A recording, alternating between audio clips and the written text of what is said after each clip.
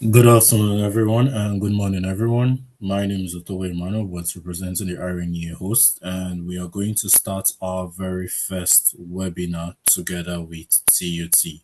Our moderator for today will be Katleho Marolo, and I'll be officially handing over to him to commence the meeting. Mr. Katleho Marolo, thank Thank you. you so much, Emmanuel. I am quite very excited about this webinar today.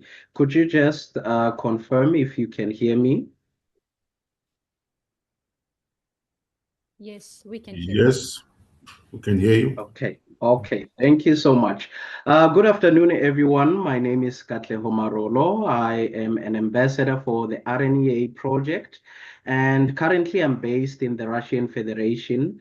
And like I said, I am incredibly excited to be your moderator today.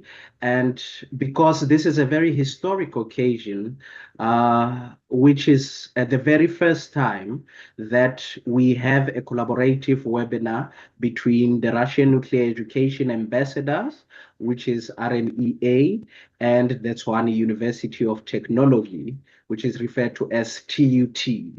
And just to tell you, I say this is historic because just on this day, as we have our first webinar, South Africans are celebrating 50 years since the Soweto uprising in June 16, 1976.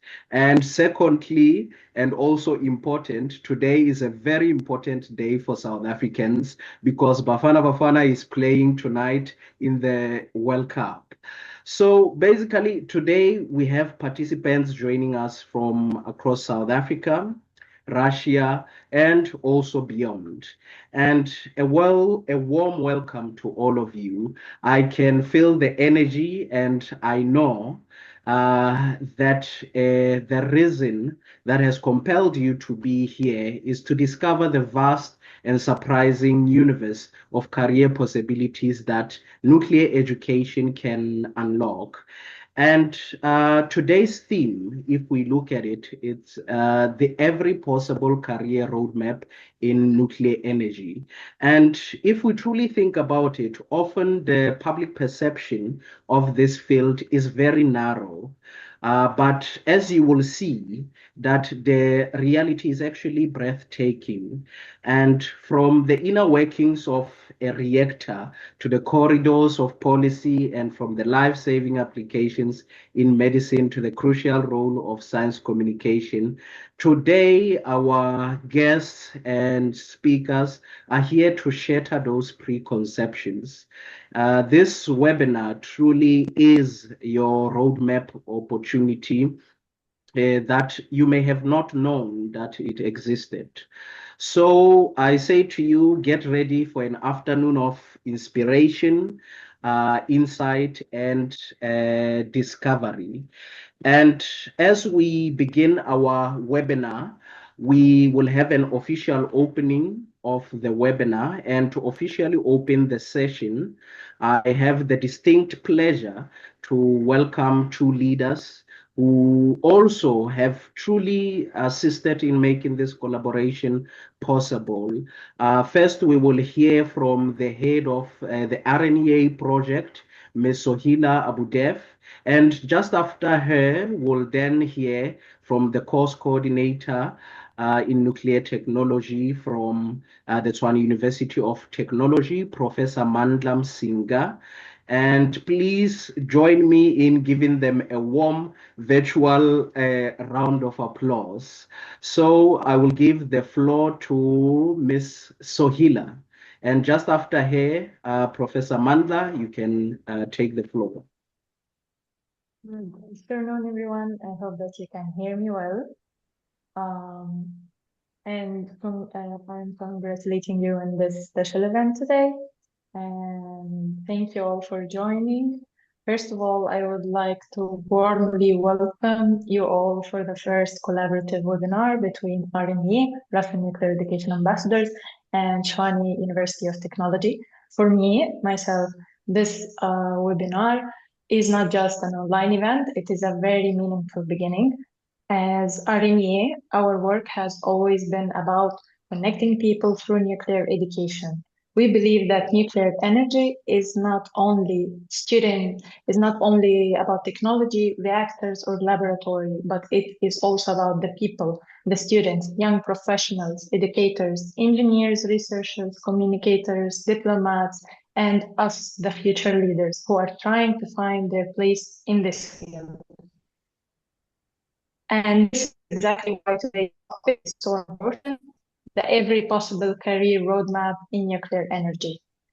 Many students hear the word nuclear energy and immediately imagine only one path, becoming a nuclear physicist, working inside a nuclear power plant or doing something highly technical that feels away far from them. But the truth is much wider than this. And nuclear education can lead to engineering, it can lead to safety, it can lead to radiation protection, it can lead to nuclear medicine, it can lead to policy regulation, international cooperation, research, education, project management, and many other directions that I can keep talking about till the morning. But sometimes the biggest problem is not the lack of opportunities. The biggest problem is that young people simply do not see the full map. And that's why we are here, RNA, with you. And we wanted this webinar to be practical, honest, and human. We did not want it only to be a formal discussion about the nuclear sector. We want many students see the path and see internationals who are already went through this path. I hope that every person of you attending today leaves with at least one new path in mind, one new idea, one new possibility.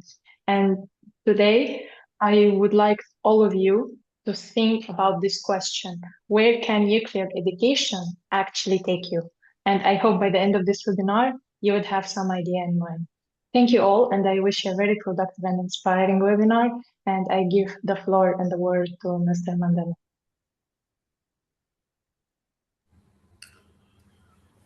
Thank you, Ms. Obudiev. I would also like to welcome our guests in Russia and our invited guests here in South Africa to this webinar. I would really like to thank the RNEA for championing this collaboration and ensuring that the collaboration doesn't remain something that is just on paper, and it's something that actually happens, and students get helped, and it benefits the people that is intended to benefit the most, the students. I don't want to take too much from what you have said, what Ms. Obudiev has said, but just to add that the nuclear industry is shrouded in unnecessary secrecy simply because of perception, wrong perceptions. And I think platforms like these help destroy or shatter those perceptions. So we are really grateful that we have this opportunity for our students to get to know what is out there, to get to find out what kind of careers are possible in this industry.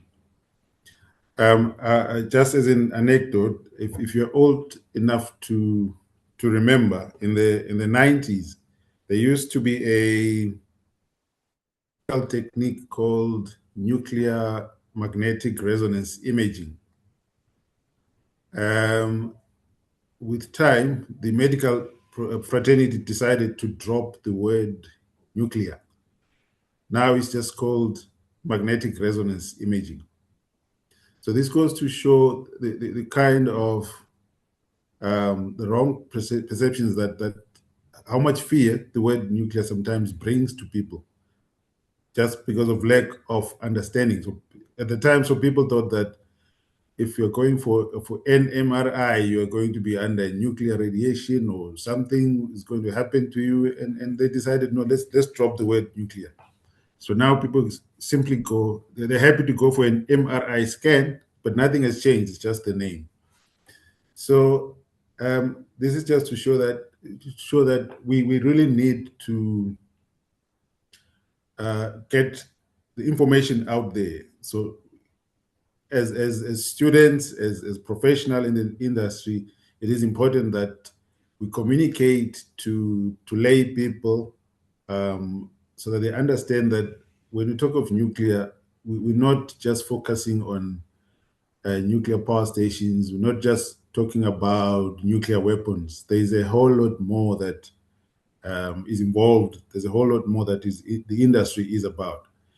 And so for students who are just coming into the industry, just coming into the field of nuclear technology, I hope today you will get to understand, get to see, get to hear what is out there for you that you can pursue.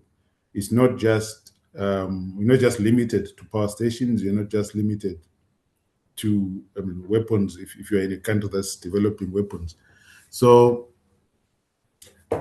I hope that the students will make use of this opportunity, ask as many questions as possible, because this is meant for you really to explore and get to know what is out there. So in the Q&A sessions, please ask as many questions as possible. Do not leave that to us to be asking the questions. It's your webinar. It's your turn. It's you who have to make it work for you. So please don't be shy. Ask questions, and hopefully by the end of this, you leave this workshop with much more informed about what is out there, what is possible for you. And with that, I think we'd like to declare the webinar open. Thank you. Thank you so much, Professor Mandla. And I actually want to emphasize the words that you have just uttered about asking questions. So each and every time after a speaker, we will have a Q&A. And I advise that if you are listening, note your questions down so that by the time we get to the Q&A, you are able to ask your questions. Once again, I thank our very great leaders. Thank you for those inspiring words. It's very clear that this is just the beginning of a very powerful collaboration. I remember one time when we were in the middle of planning this, we said a very important thing, and we said we shouldn't just be at a point where we are discussing plans but no action. But as we see today, action has started, and I hope that we will continue in this way. Without any waste of time, now let's launch into our speaker lineup. Our first speaker is from Russia, from the Russian Federation, and she's at the heart of international nuclear collaboration. Please let's welcome Ms. Vera Upirova, who is the head of international projects and student training at Rosatom. Ms. Vera, if you are ready, the floor is yours. Yes, thank you very much. Good afternoon, dear colleagues. Good afternoon, dear friends. First of all, thank you very much for inviting me for this important meeting. And I represent Rosatom State Corporation, and I'm in charge of human resources development, international education. And this is really important for us to bring knowledge about engineering education, about nuclear technology, and raise this public awareness about the technology, because it's really not only about energy, it's about medicine, it's about agriculture, it's about science development, and many, many other things. So let me show my presentation to you. I will try to share my screen right now. Please let me know if you can see the presentation.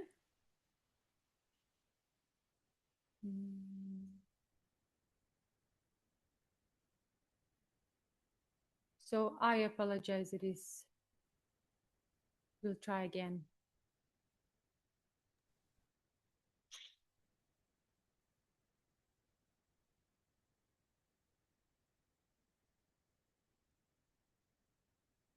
I don't know why. Do I have the right to share my screen, dear colleagues? Because I cannot do this.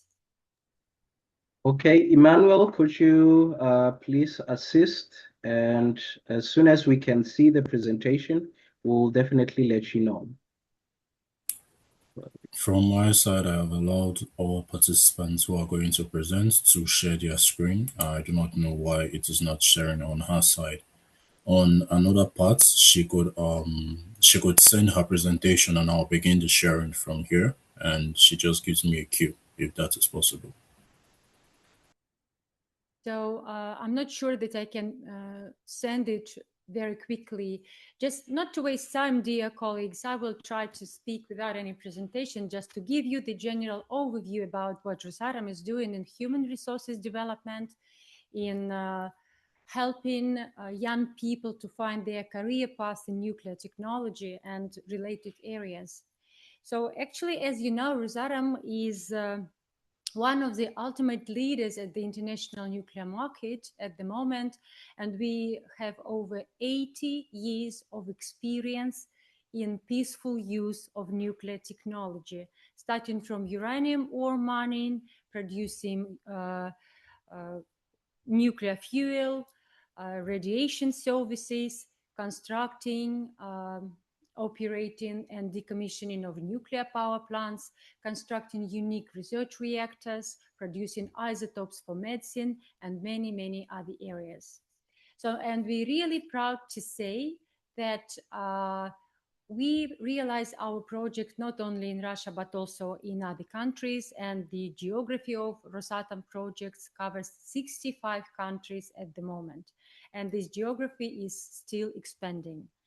And of course, we understand that the success of a nuclear project depends on the highly qualified, well-educated, and very motivated people involved at every stage of the project realization, starting from decision-making, constructing, and operating nuclear facility. So that is why we pay very much attention to the human resources development. And for the recent 15 years, Rosatom developed a whole educational ecosystem that covers training talents starting from the secondary school, colleges, universities, and also we have 2 Rosatom academies that provide a wide range of professional development and upskilling programs, both in soft and hard skills. So, and one of the most important direction of our job is cooperating with the leading engineering universities, both in Russia and in other countries. So at the moment, Rosatom has the network of Russian universities, Russian leading schools that makes Rosatom partner universities in various cities of Russia: Moscow, St. Petersburg, Tomsk, Yekaterinburg, Nizhny Novgorod, and many other cities that provide a wide range of academic programs, starting from bachelor degree, master degree, PhDs, and also short-term programs in nuclear and related areas. Our cooperation with the university lies in 4 main directions. First, we teach international students. We provide scholarships to teach students at the Russian universities. And at the moment, over 2,400 of international students are doing their degree in nuclear. And thank you very much to the Russian nuclear education ambassadors, because due to their efforts, due to their wonderful job, Russian engineering education is being promoted, and young people know about nuclear technology and nuclear education. And all students who do their degree in nuclear in Russia have to do the practical training, because we understand people need to know the equipment they're going to use in the future, either it's nuclear power plant, small module reactor, or a research reactor that is used at multifunctional irradiation centers. So that's why practical training is a mandatory part of any academic programs here. So annually, about 500 international students do their practical trainings at Rosatom enterprises and Rosatom training centers.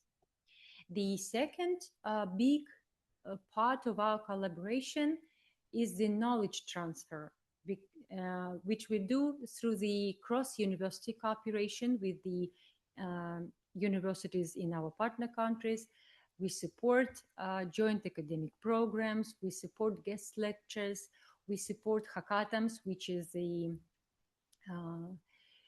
competition between students' teams to solve practical nuclear-related tasks. This is really exciting. And also, we opened the branches of the Russian universities in other countries to support the development of engineering education and nuclear education in particular. Also, Rosatom provides a wide range of professional development programs, not only for the specialists of nuclear technology, but also for the faculty, for the university faculty members, because these professional development courses provide them the opportunity to develop new academic programs in their home universities. And that is why to develop the nuclear education. And also we support international networking. For example, Rosatom initiated a new big project called Obninsk Tech, which is a kind of an umbrella for the best academic programs in Russia in nuclear and related areas, and concentrated in Obninsk, which is a small town where the first nuclear power plant was opened.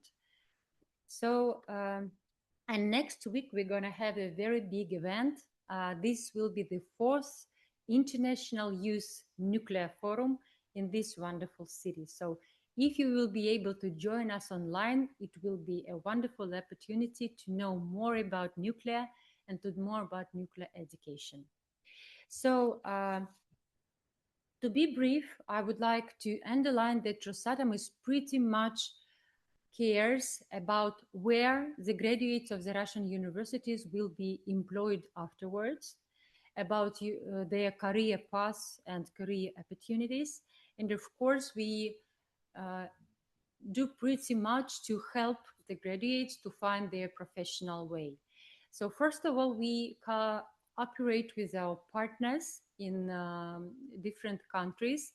When they select students to study in Russia, we really need our partners' assistance to select the best students in the country and the students they really need who could be able to contribute to the nuclear industry development in the future. So that is why normally the students who come to Russia are employed at their home countries with the support of our partners. For example, this year we're really expecting the students from South Africa, selected by our colleagues in Nexa, and we're really looking forward to them. And also at the moment, there are 10 students selected by our partners from ESCOM, and we really hope that those people will be able to contribute to the nuclear industry in South Africa in the future. And also annually, we hold 2 Rosatom International Career Days. This is an online event where we gather students from our partner universities from different countries, and we also invite nuclear industry representatives from various countries like NAPIO, Ministry of Energy, Ministry of Technologies and Science, universities, medical organizations, regulators, for them to be able to meet each other and to tell more about nuclear program development in their home countries, and to tell them more about the opportunities, about the requirements to get a job in this or that organization. And also they tell them not only about nuclear facilities, but also about the organizations that are included in so-called nuclear infrastructure, because this is a big number of organizations that support the development of nuclear technology. Regulators, ministries, universities, hospitals, and many, many other organizations. Also, what I need to say that we are doing pretty much to promote the knowledge about nuclear, to increase the public acceptance of nuclear technology and nuclear education. And that's why we realize a number of projects. For one of them is the Russian Nuclear Education Ambassadors that do pretty much in terms of promoting new engineering education. Also, we provide additional scholarships. For example, we are supporting the IAEA program, Maria Skłodowska-Curie Fellowship. And this is the program aimed to support women in nuclear. And this is very important for the public acceptance, because when people see that many women work in nuclear, it means that it's really safe. It's safe for their health, it's safe for their children. And this really increases the public acceptance and understanding of the importance of the nuclear technology development. And for example, I would like to say that Tsikhaila, the head of Russian Nuclear Education Ambassadors, is a former fellow of Maria Skłodowska-Curie Fellowship. And due to this program, we find Tsikhaila, and Tsikhaila became one of the ambassadors.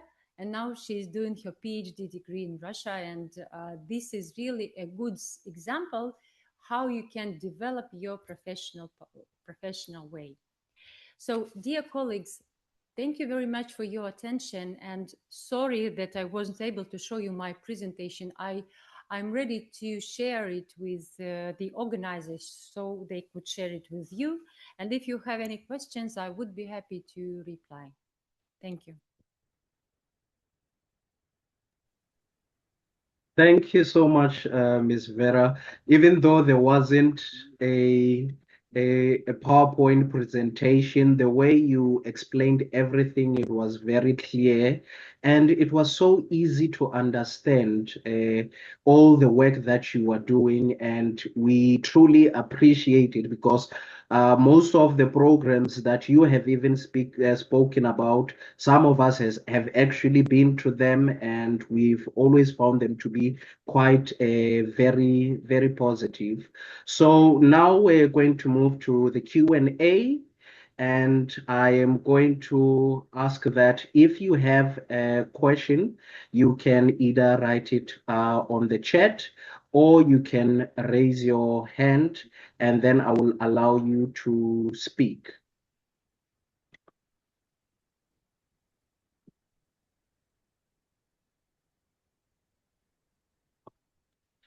Okay, while we're waiting for some hands up, I also have a question.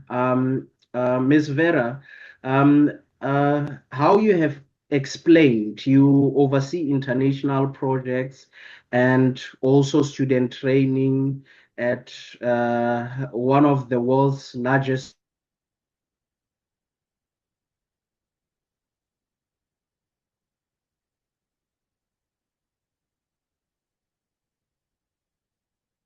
where Dear you colleagues, I yes. apologize. There was you've been freezing for a while. Can you please repeat the question? Okay, can you hear me clearly now? Yes, now I can hear you. Okay, so my question was, have you ever experienced a moment or saw a student whereby before they had a non-nuclear background? Probably they were studying economics, and after that, with integrating into the nuclear industry, they actually became successful. Have you seen these instances? Yes, thank you very much for the question. First of all, when we recruit the students for nuclear programs, their background normally is in STEM or science. So this is engineering and science. This is really required because nuclear technology is a very complicated area. So a student won't be able to study at the master level if his or her background is not related to STEM. When we are talking about undergraduate students, they can have the secondary school background, but still we are waiting for them to be good at math, physics, and chemistry, because those are the basic disciplines we really need to study during the nuclear education. When we provide scholarships for the undergraduate students who come to Russia after the secondary school, they will have 1 year preparatory course. Normally covers Russian language and also some additional courses to support their knowledge in STEM. So this is why this is pretty important to have STEM education. But it's not mandatory to have nuclear education. Okay, thank you so much for that response. Also, once again, it was also very clear. I will now hand over to Mr. Katleho from TUT. Thank you, Mr. Marulu. Ms. Vera, thank you so much for your presentation. It was very informative. I think that capture incredibly well basically what Rosatom does and basically how it empowers students from all over the world that want to study nuclear. I wanted to ask, you mentioned something about the Marie Curie scholarship, I think. I'm not sure if is that an IEA initiative or is the a Rosatom thing? And I was wondering if students can actually get the scholarship to study anywhere else in the world. Like, for example, let's say students from a university, which is nuclear focused, could possibly get such a scholarship. I know it's directly caters for female students. Yes, thank you very much for your question. So Maria Skłodowska-Curie Fellowship Program was introduced in 2020 by the Director General of IAEA to support women in nuclear. In general, the program supports female students at the master degree programs doing their degree related to the nuclear. And in these terms, it's not necessarily nuclear technology, nuclear physics.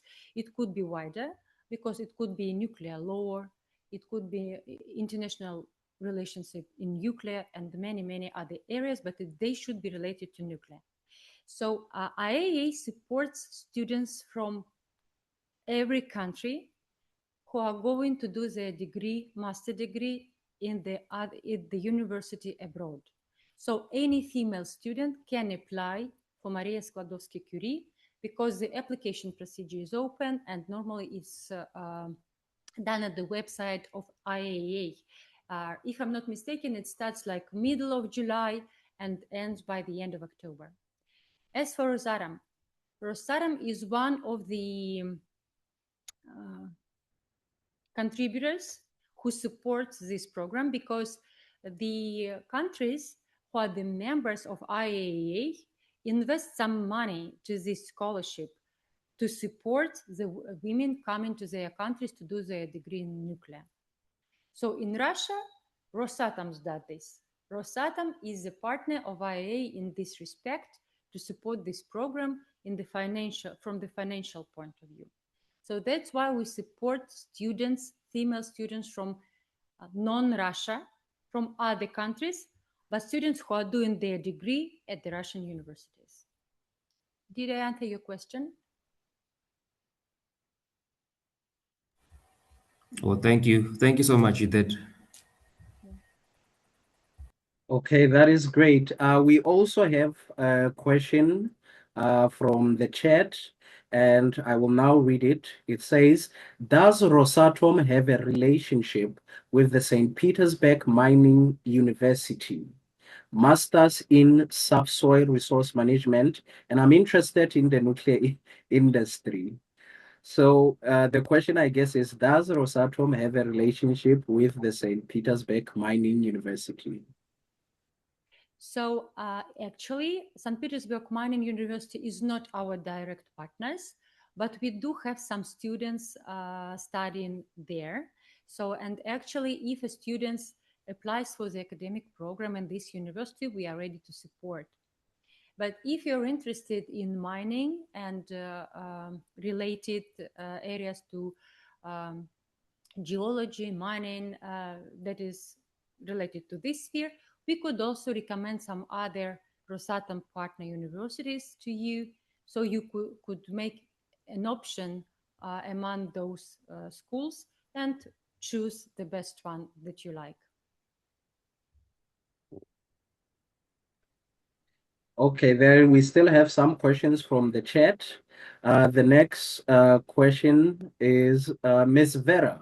Based on your experience at Rosatom, what would be your most important advice for students who aspire to work in the nuclear sector but are unsure about their first steps? First, you have to be bold. Don't be afraid of anything. If you really want to do to make your career in nuclear, just do. But of course, as I've said already, please be very hardworking in STEM, because this is the basics. And afterwards, try to learn more about nuclear program in your country, because this is your future employment, your future career. So, and if you understand that your country is going to develop nuclear technology, this is great. You're really on the right path, and you can start your education in nuclear.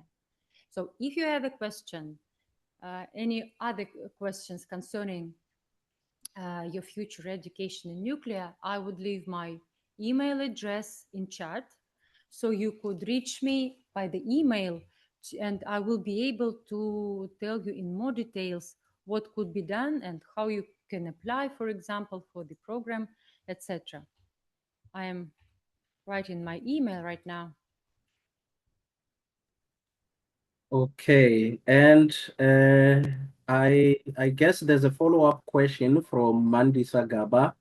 And I think what you have just explained, that you will share your email address in case there are more questions about that. And the question is, I'm also currently on the Rosatom website, and their careers page don't have information on available roles for scholarships.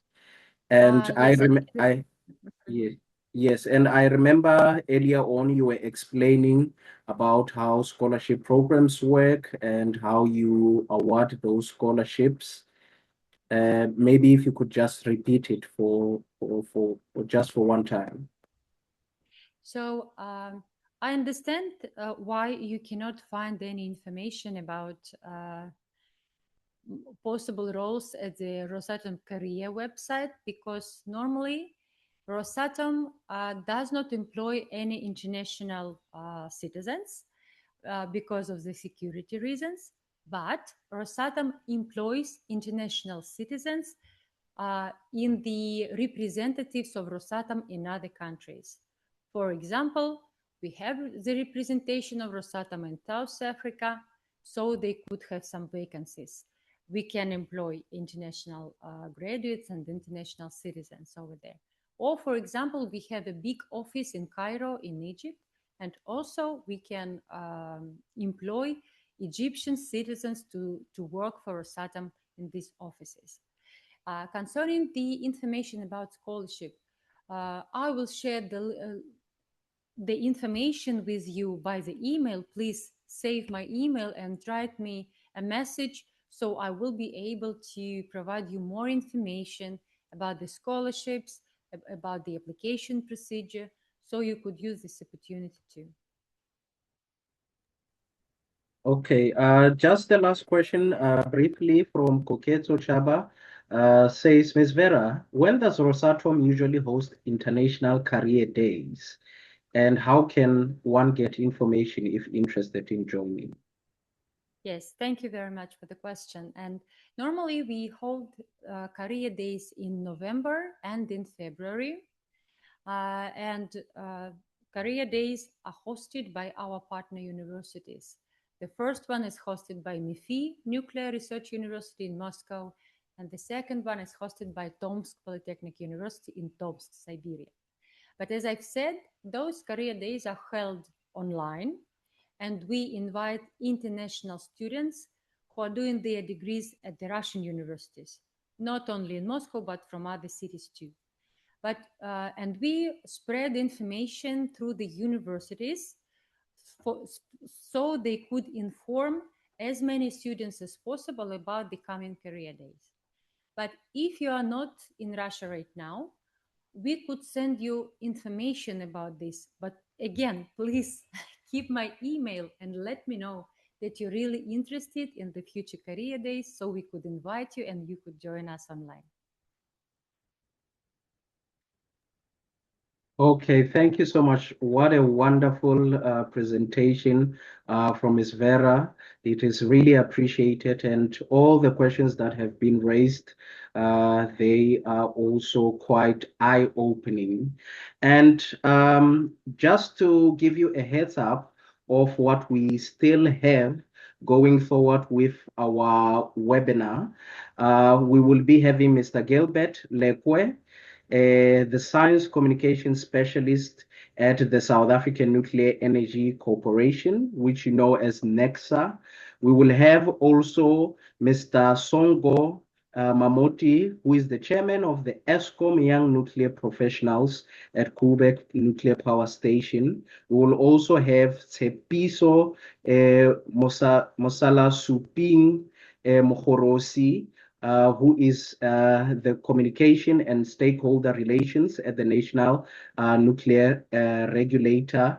And finally, we will have Eugenia Yeboah, who is the alumnus of Tom's Polytechnic. So you can hear from what I've just informed you about that there's a lot of exciting things that are coming ahead. And as we move on, our next speaker, moving on to our next speaker. Our next speaker provides a crucial bridge between the complex world of nuclear science and the public. Ladies and gentlemen, we will now hear from Mr. Gilbert Lekwe, as I've mentioned, who is a science communication specialist at the South African Nuclear Energy Corporation, which we know as NECSA. Mr. Gilbert. Okay, thank you very much, Program Director. Thank you very much, colleagues. Thank you for the opportunity. Our host, TUT, and also the speaker from Rosatom. I'm going to try also to put up a presentation like the previous speaker. Hopefully it will work. But while I'm doing that, I just want to post a question on behalf of the students to the previous speaker. Rosatom is looking into the inroads in building nuclear reactors all over the world, even in Africa. Some countries like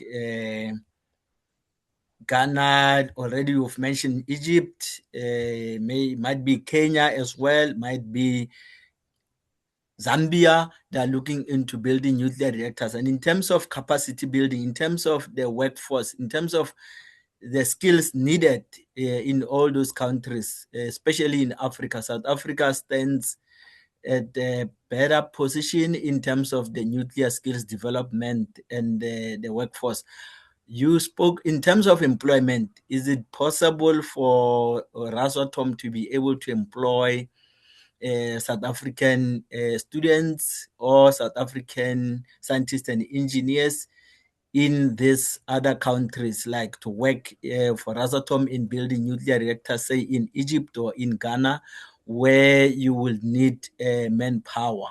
Are you looking into something like that? Okay. Thank you, colleagues. You can respond to that. I just want to check. Can you see my presentation,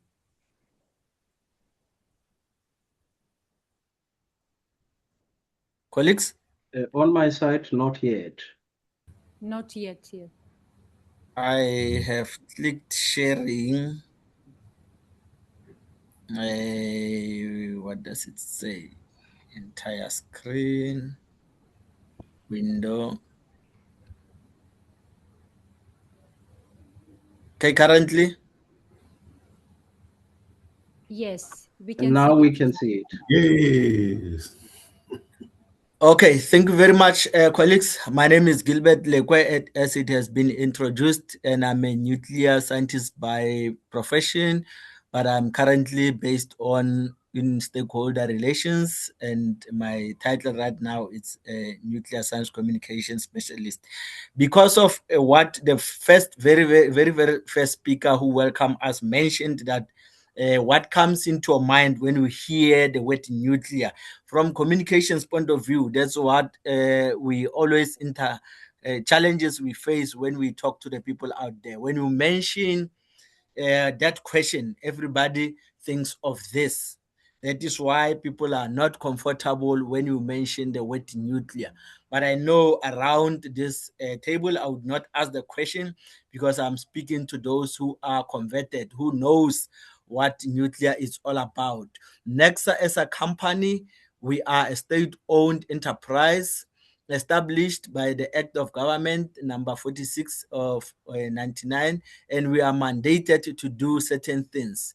But in summary, we are looking after Safari 1 research reactor, which is one of the oldest running nuclear reactor in the whole world. I know F1 reactor in Russia have ran for 69 years. Safari 1 celebrated 61 years. No, F1 ran for 69 and we celebrated 61 this year. So we are counting to reach that milestone. F1 is a Russian. It's not operating currently.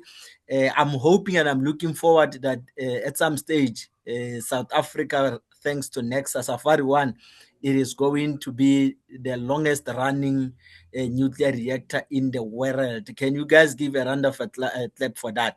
We are looking forward to that. We are not yet there. We are 61, but 69 years, it's not too far. So we are doing that. And this is our facility. If you have not been to Nexa, this is how it looks like from the top. We used to call pictures like this an bird's eye view. Might be a drone-eyed view currently because of the current technology.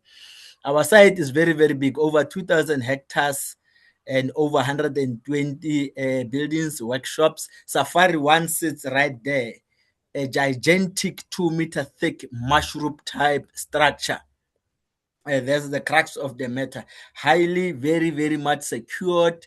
This is how it looks inside. We call it a tank in pool reactor, size of a washing machine.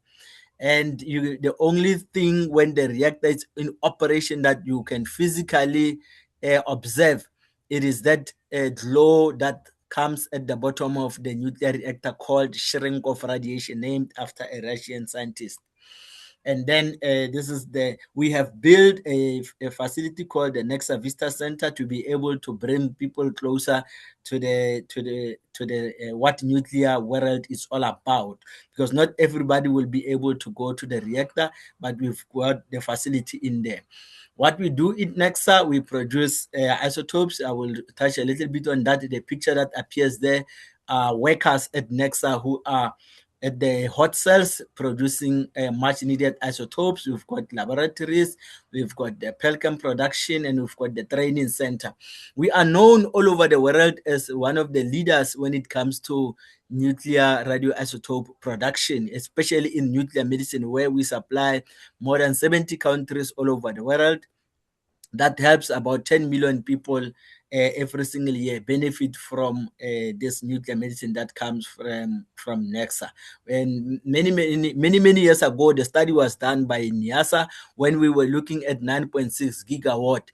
We are now talking 2.5. I'm gonna have to update this when we get the new study that says how many people are we going to need, the workforce that we are going to need to be able to do the 2.5 gigawatt. But more or less, these are the professions. You can see mostly we're gonna need technicians in huge numbers, followed by engineers, and then we will have scientists in between there.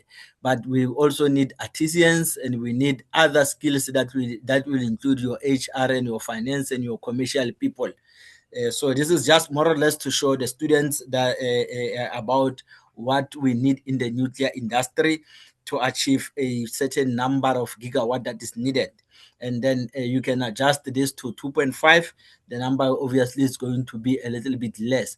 But I will touch on this as well, because that is not the only future regarding the nuclear development. And for every nuclear job, there are about plus minus 7 indirect jobs in other sectors as well. And then at Nexa, we've got a facility where we are training our artisans and our technicians to develop them. And this is the facility. The facility is a little bit old. I will touch on towards the end what the plan is about refurbishing and then getting modern facilities. I will pass this because we have touched on it a little bit. Scientists and engineers, in this is just to explain that what kind of scientists and engineering it is needed in the nuclear industry. I would also jump to, okay, let me maybe stop on this a little bit. This normally we call it nuclear fuel cycle, which talks about the stages where beginning from the mining all the way to number 5, which is the utilization of this mineral called uranium, where you can use it at number 5 to either produce electricity or to produce isotopes. At Nexa, we produce isotopes. But before you get to the utilization steps, there is number 2, which is conversion. Number 3, enrichment, very, very important, and the fuel fabrication. This part here called front end. And after number 5 is called back end. So I'm going to explain a little bit what we are intending to do at Nexa in relating to this, because currently we are playing a role in number 5, where we've got the nuclear reactor that is producing isotopes, and we've got another one that is producing electricity. The Quebec colleague will touch on that. We are active in number 5, and then number 6, obviously, and then number 9, where we have Quebec Nuclear Facility. Falpots disposal facility, which is operated by a new body called Unrwadi. And then number 7, we will obviously maybe in the future look at it, but we need to play the role in number 2, 3, and 4. That will be where lots and lots of young people, scientists and engineers, the number of those skills that I've put up in the previous slides will be needed when we are looking into that. And that's where we are looking at for the future of Nexa and for the future of the country as well. So these are the future strategic programs of Nexa. They are plus minus 80 billion in terms of the cost. And I will tell you at the end that we do not have this money, but more or less this is what is going to need. Front-end nuclear site. I've touched on that. We are planning to do conversion, enrichment, and fuel fabrication in and around Nexa to be able to anchor both the future of Nexa, which is MPR, I'm going to touch on it as well, and the development of power generation, which is SMR, and also fuel fabrication for the PWRs that are needed, that will the fuel that are needed for both Quebec and also for the future nuclear power generation. And in terms of power generation, our focus will be on SMRs. You might have heard that there have been a talk of transferring the former PBMR to Nexa for us to continue with it. SMR stems from there. It is the former PBMR, it just reinvented and came up with a new name. So at Nexa, we already have a unit that is working on SMR in Nexa, and there was a call where Nexa invited partners who are interested in partnering with us for the SMR development. And there is a media statement which is released right now. There is a memorandum of understanding that Nexa have signed with Siemens, and we've got a whole lot of other people that are interested in partnering with Nexa on there. So we are resuscitating that, and hopefully it will kick off very, very soon. So, but there are things that are happening in terms of the SMR space is concerned, and PBMR has been in the process of being transferred from Eskom to Nexa in the past few years. Radioisotopes, currently we are highly successful in the 3 that are listed, but we are looking into expanding and having more radioisotopes. One of our leading research scientist was on the media explaining about our partnership with the mining, is it Sibanye, where we are looking into radon iridium, but there's another radioisotopes that we are looking at that will also play a role in the nuclear medicine fraternity. Fluorine chemicals, this is Pelchem, where we are producing fluorochemicals. We are looking into keep that running. It is operating with old machinery, but we need to build new machinery and new plants to be able to continue in that regard. Neutron source generation, Safari 1, I've mentioned the age. It's been operating since 1965, so it is 61 years, and we obviously know that it's not going to operate forever, but we want to operate it as long as we can. Hence, we have applied for the long-term operation, and we are busy with that to extend the life of Safari. But we are not forgetting or sitting on our laurels. When Safari eventually stops operating, we don't want to find ourselves with at a disadvantage. Hence, we have started what is currently we call it multi-purpose reactor. We are intending that at some point it will start operating while Safari 1 is still operating. As we age Safari 1 slowly, MPR will start taking over. We call it multi-purpose because we want it to continue doing what Safari is doing and a little bit more. The students here will be at an advantage. I will tell them the secret now. We are going to come to the universities and run a competition to give a name to our intended reactor. MPR, it is just the name that we are using currently, a multi-purpose reactor, but we are intending that one day we will call it something else. And that one, it will be a competition among the students in South Africa to come up with a name. Maybe it can be called Lerato, or it can be called Chauke, some of the names that are popular in South Africa, but it's up to you, the students, to come up with the name that will win when we are launching that competition. And then capacity building, I've shown you our skills development center, mainly where we are developing artisans and we are developing our technicians and technologists. We are thinking that we need to build completely new facilities with modern equipments and modern buildings that can catch up with the world where it is moving right now. And then we need to develop curriculum also that is going to be able to do all these things that are above here. But I always tell the people who are at the university that they are at the right place at the university right there.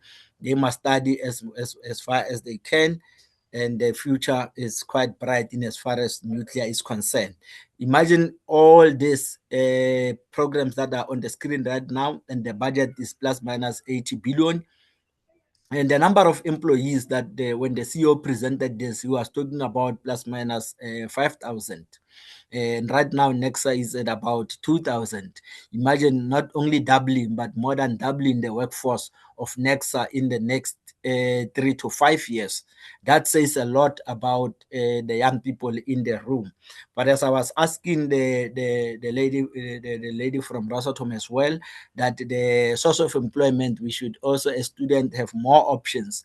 So if there is a possibility of going to work in Egypt, or going to work in Zambia, or going to work in Kigali, it's not only going to be Nexa that will be offering opportunities for students. And Eskom as well will come in. I'm sure they will explain about the extension of Kubek and then the new nuclear reactors, power generation reactors that are going to be needed, and the type of skills that is needed. So the future of nuclear for students and it's very bright for South Africa. So for those of you who are still there, hang in there. You might go into the website right now and then get more opportunities.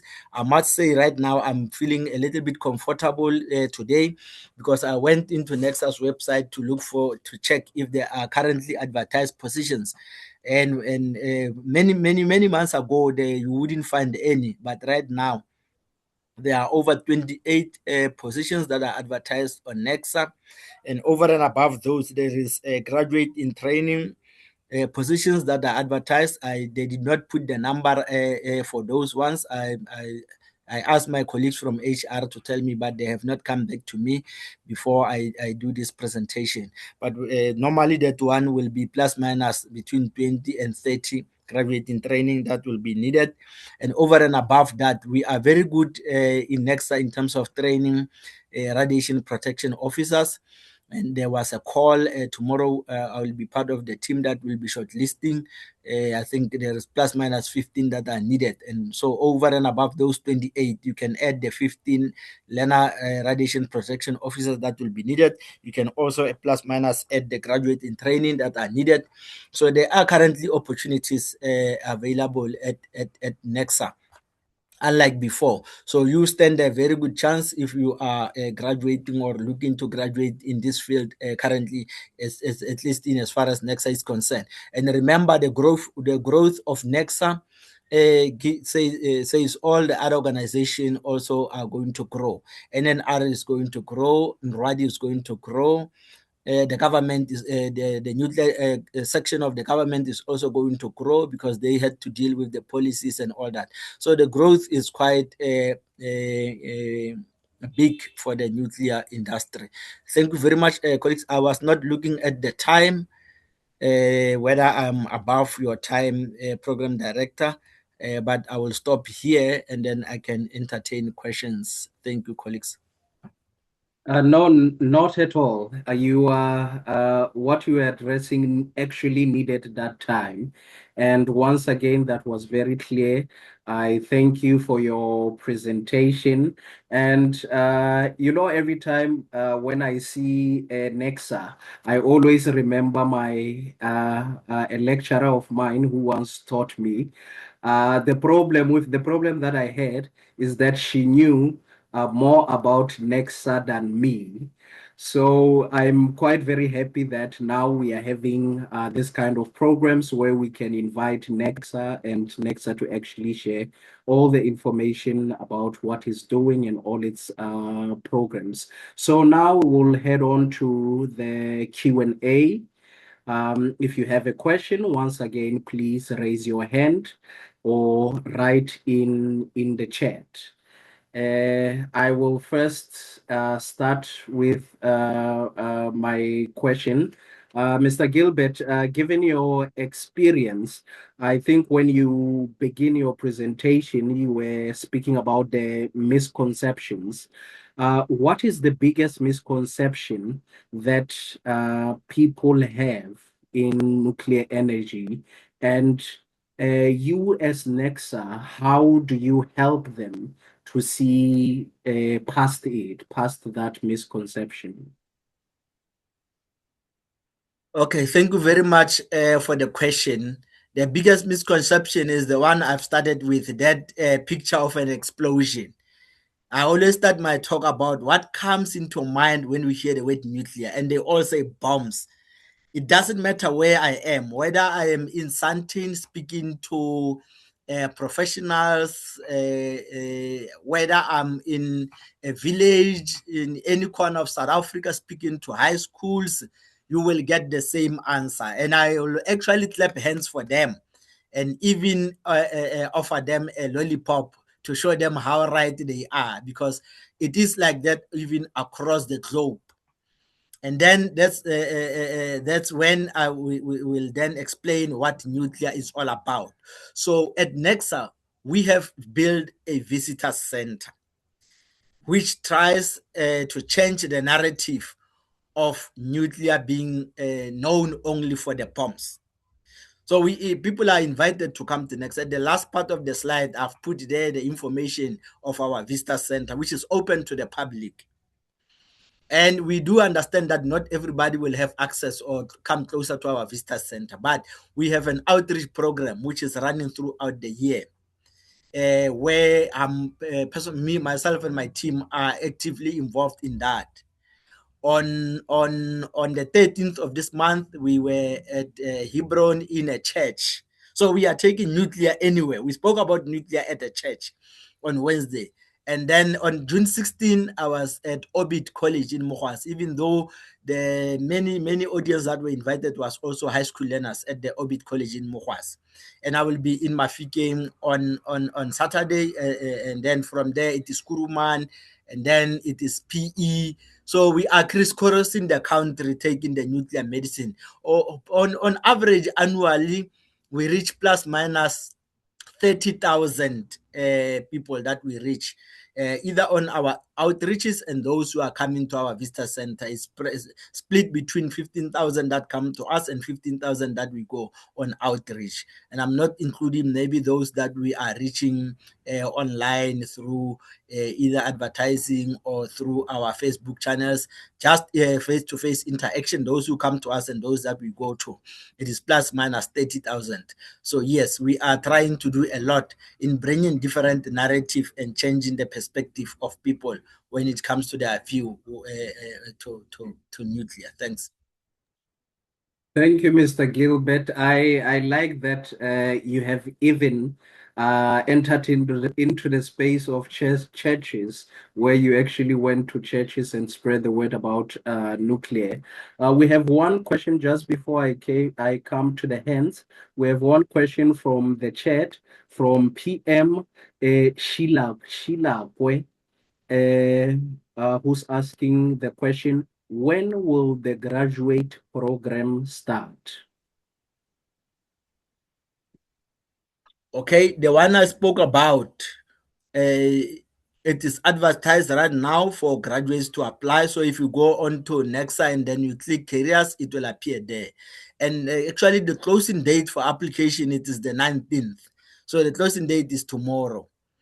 So go on to that and apply if you qualify and want to join the program for tomorrow. I'm not sure about the starting point. We are now mid-month. Normally when they advertise at Nexa, the recruitment will plus minus take a month.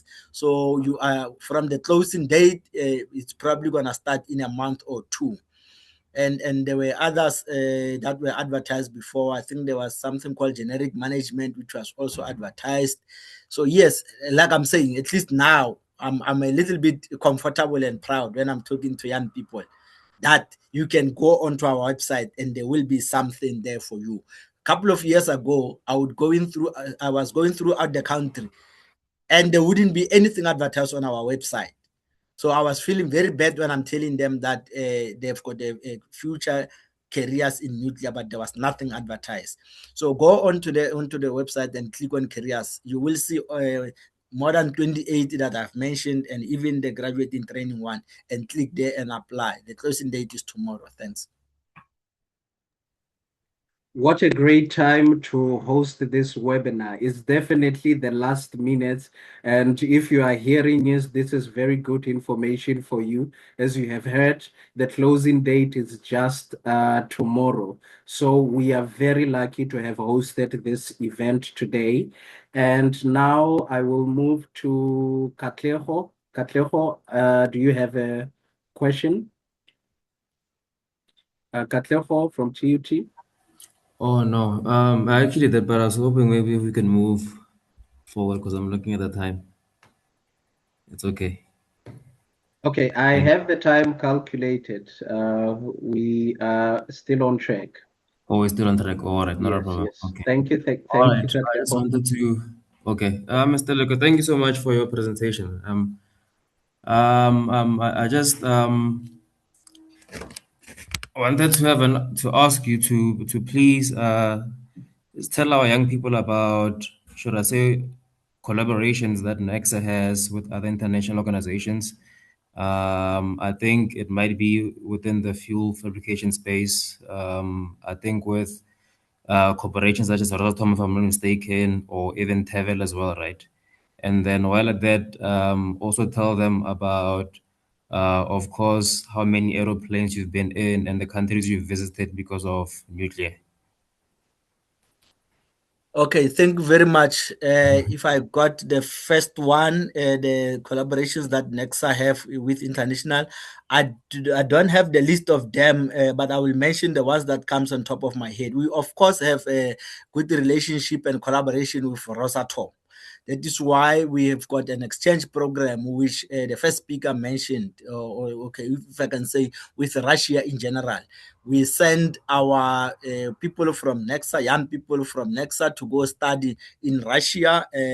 We've got many of them that have been there already, and they are back and contributing to Nexa. One of my friends called Blessed, it's now one of the project managers in as far as small modular reactor project is concerned. So it is paying dividends for us to be sending people to them. And there are people also who are currently now in Korea. I've got a colleague of mine who left for Korea. We've got another one who left this year for Korea. So there are young people from Nexa that are in Korea as well. So we've got that collaboration.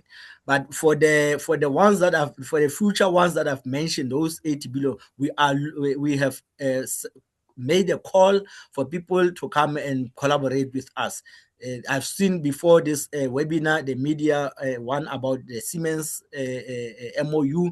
So yeah, we are going to be partnering even with organizations that you might not have thought they will be interested in nuclear, such as Siemens. The next time it might be Vodacom, it might be you will never know. So we are making that call for partnership with many other organizations, because we're not gonna do all those projects on our own because they require a lot of money. I've also not came with my flight hours, like the pilots are being. The experience is rated on the flight hours, that how many times flights they have been on. But the international countries I've been to France, I've been to Belgium, I've been to Switzerland, I've not been to Russia for some reason. Apologies to my Russian colleague. And then I've been to Kigali, and I've spoken to about 3 or 4 presidents.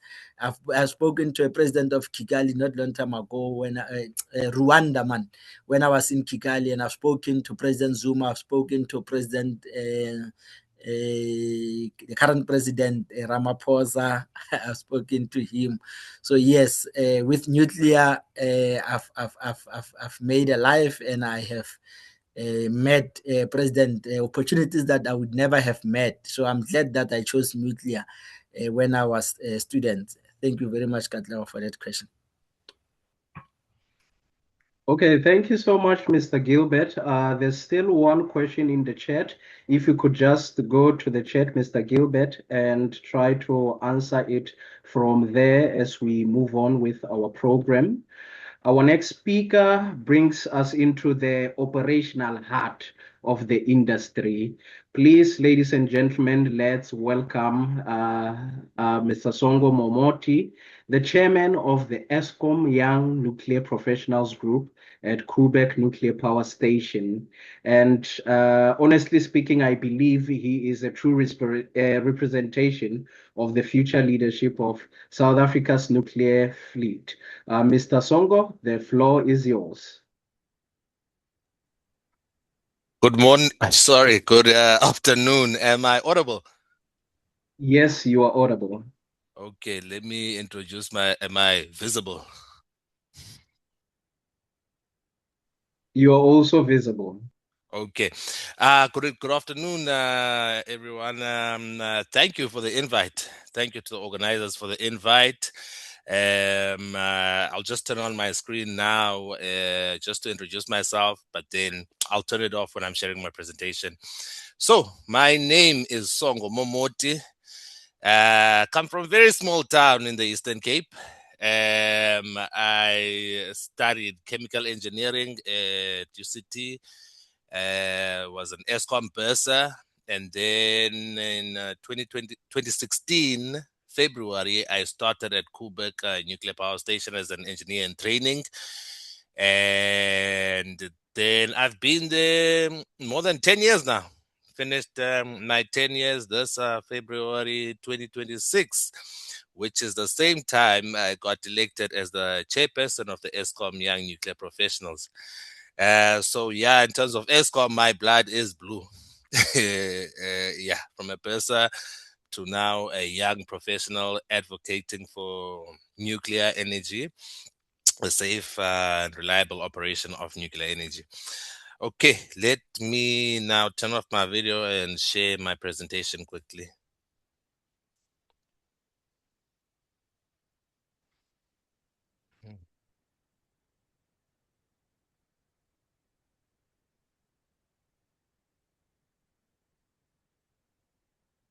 Okay, see.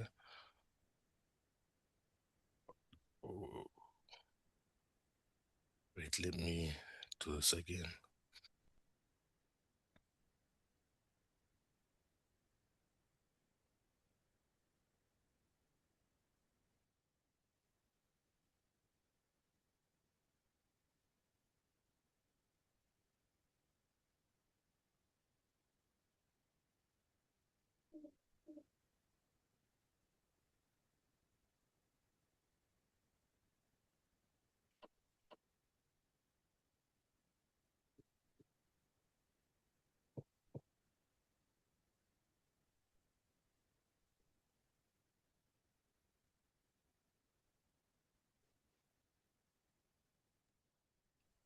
Okay, when I share, it mutes me, so I'm not sure.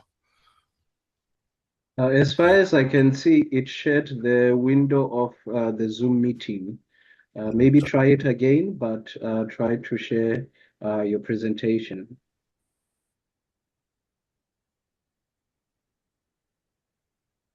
Is my screen visible? My Yes, now it's visible.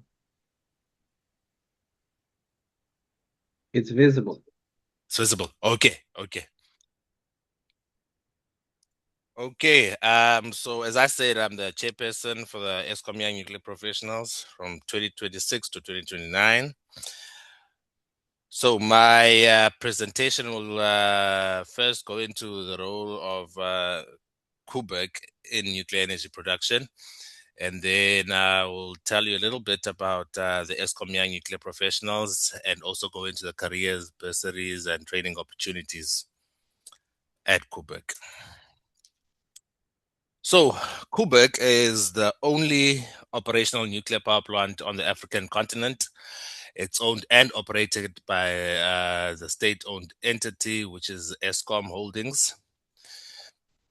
Kubek was first commissioned in mid-1980s with Unit 1 entering commercial operation in 1984 July and Unit 2 on the 9th of November 1985. We celebrated 40 years of safe, reliable nuclear operation in July of 2024 for Unit 1. And then last year, November of 2025, we celebrated 40 years for Unit 2, which is when we also got our long-term operation licenses to operate from 40 years to 60 years, meaning that we are licensed to operate Unit 1 till July 2024 and Unit 2 November 2045, July 2044 and Unit 2 November 2045. We are located about 30 kilometers north of Cape Town on the Atlantic coast. The Kubek units, the two units are pressurized water reactors. It's a French design with a 3-loop system with reactors built on advanced aseismic raft designed to withstand a magnitude of 7 into earthquake. And then each unit generates 960 megawatts electric with total power generation of 1,920 megawatts electric. So I have a video here, but I want to maybe play it. It will explain more in more detail this slide, how we generate electricity at Kubek. But I would like to maybe play it at the end of the presentation. And so I'll come back to this link and hopefully it will play when I click. Is that fine with the organizers, or should I play it now? Probably better at the end. All right. Okay. So our manifesto, I've highlighted just a few areas that I think might be relevant to today. So for the Eskom Young Nuclear Professionals Society, we are authentic, courageous, curious network of change catalysts with a common goal of shaking things up and changing the status quo. We recognize that change starts within. We embody a growth mindset and play the infinite game. We are active role models and ambassadors of Eskom values and ethics. We drive innovation through thinking out loud and incubating emerging ideas. We keep ourselves and each other accountable. We proactively bridge the multi-generational gap by creating platforms for robust engagements to foster understanding and compassion. Currently at work, we have a roadmap for Youth Month to celebrate the 50 years since the June 16, 1976 march. So we are linking history to current and what we need to look at going towards the future. So we want to leave a legacy of long-lasting impact through outreach, mentoring, coaching, and training. So this is what our executive composition looks like. We have an executive sponsor. We have a chairperson, myself, our deputy chairperson, a secretary, a deputy secretary general, and a treasurer. We also have additional members, which are our pillar officers, which focus on 4 key areas for young professionals, which is career growth and development. We have a career growth and development officer. We have technology systems, processes, and digitalization officer. We have a professional networking and collaborating opportunities officer. We also have a community engagement and social impact officer. So this helps us look at all aspects that are affecting young professionals and also align them to company needs and future company goals. So we are also affiliated, we have partnerships and affiliations with these organizations, which is the Eskom Women in Power, previously known as EWEP, now EWIP. We are also affiliated, we have partnerships with the Transition and Distribution Young Professionals Networks. And we are also affiliated, we are one of the chapters of the South African Young Nuclear Professional Society. And now to the crux of the presentation. Before I start here, I must admit that some questions maybe I might not be able to answer, but I can get them and then ask HR, but I will do my best in terms of careers and opportunities. And then if I can't answer, I'll collate the questions and then send a collated response to the organizers from our Human Resources Department. So we have different types. We have your STEM disciplines and also your non-STEM. So you have your engineering disciplines, which is your normal electrical, mechanical, chemical, mechatronics, industrial, metallurgical, and civil engineering. We have your technical disciplines, your electrical technicians, mechanical technicians, IT, and NDT technicians, quality control inspectors, artisans, operators. We have your science disciplines, your chemists, your mathematicians, meteorologists, psychologists, computer scientists, forensics studies, data analysts. You have your non-technical disciplines, which are your lawyers, your nurses, your doctors, procurement officials, human resources, public relations. So we have careers. Yeah, it's a broad range of careers that are offered at Koeberg, both technical and non-technical. Although we are a power station to produce nuclear energy, we also need supporting functions to make that possible. So when it comes to our bursary opportunities For our technical bursaries, the bursaries offered in diplomas and degrees, as listed here on this slide, from your chemical, mechanical, computer engineering from your diplomas.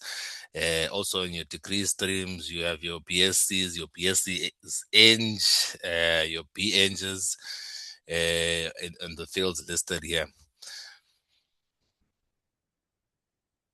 And then the minimum requirements for these bursaries is that you must be a South African citizen. You must have had conditional acceptance from where you would like to study. So for me, I went a different path. I got my contract bursary while I was in university. So I started from merit and then I got contract. So it's also possible to apply while you are in university, not necessarily just in grade 11 or 12. And the selection criteria will look at your grade 11 final results and your grade 12 certificate, your final results, in addition to the minimum requirements above. And then in terms of the subjects, this is mainly for the STEM subject. For the STEM route, you have your English needs to be level 4 and above. You have to have done pure mathematics, level 4 and above, and also physical sciences. We also have bursaries for your non-technical routes.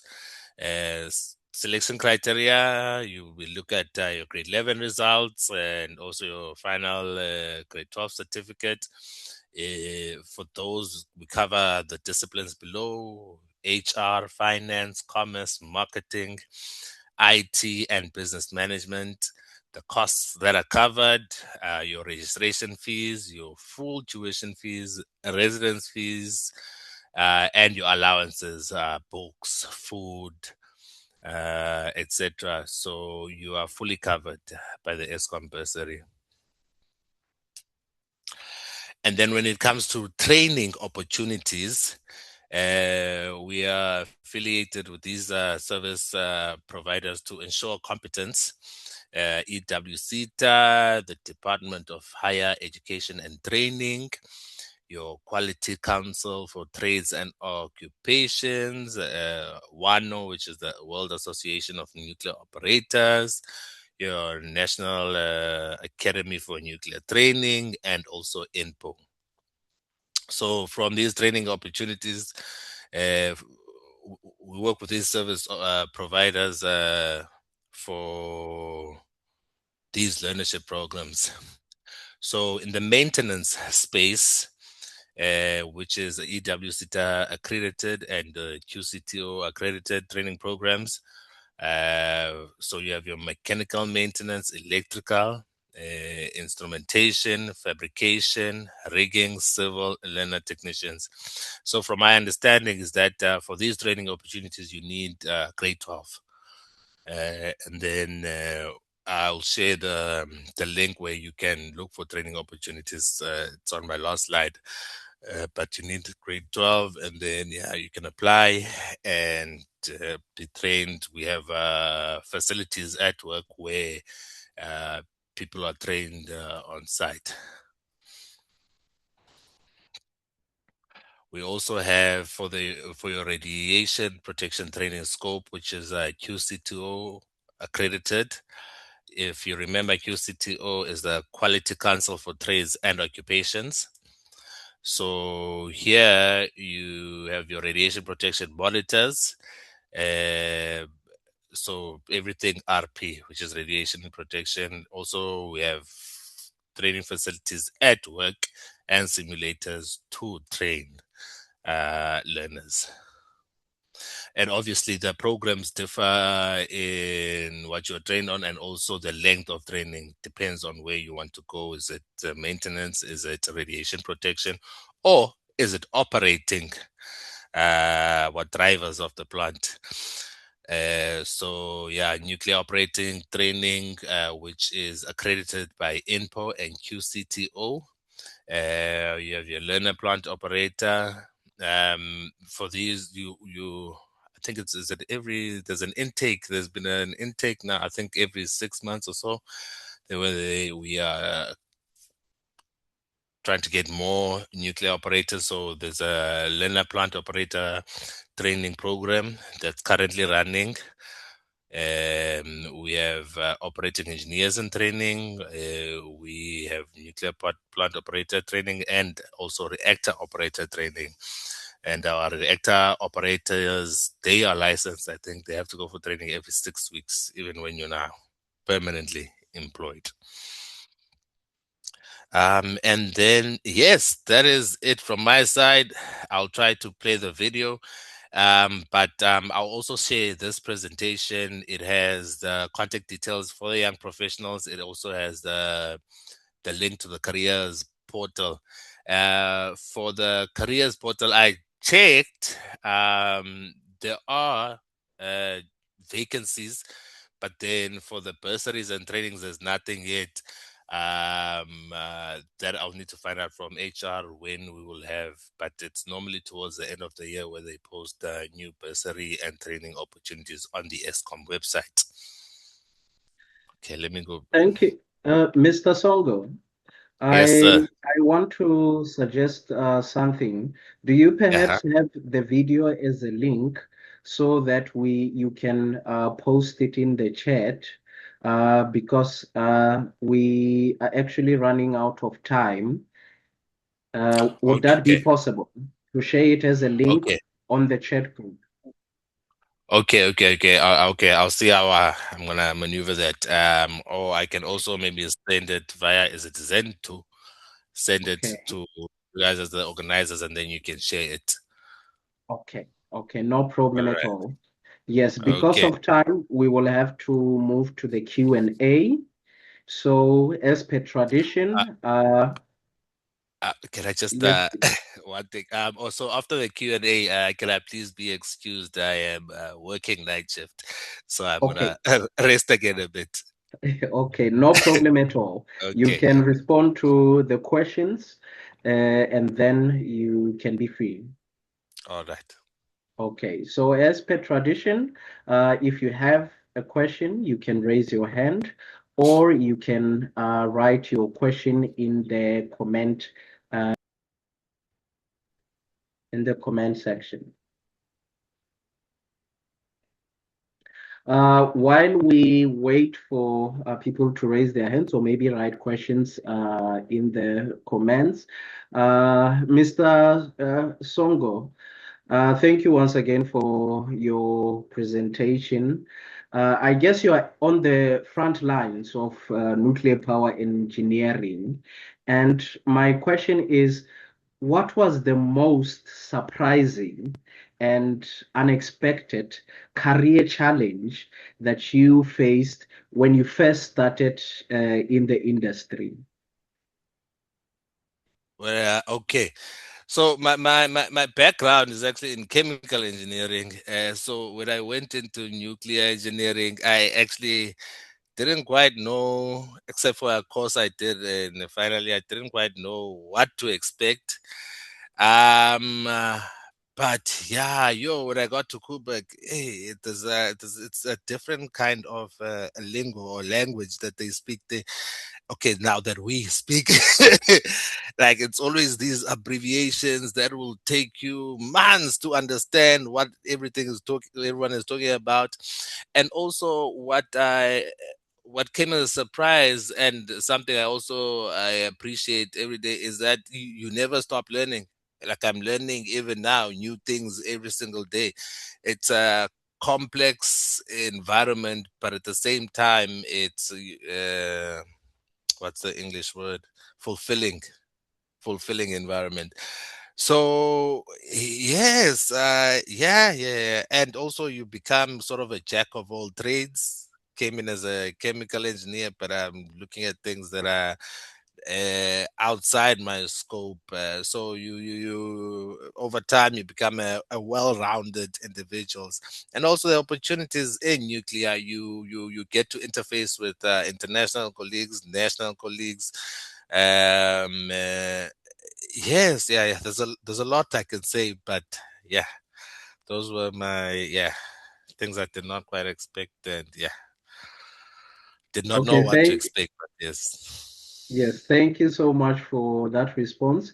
Now we will go to the chat.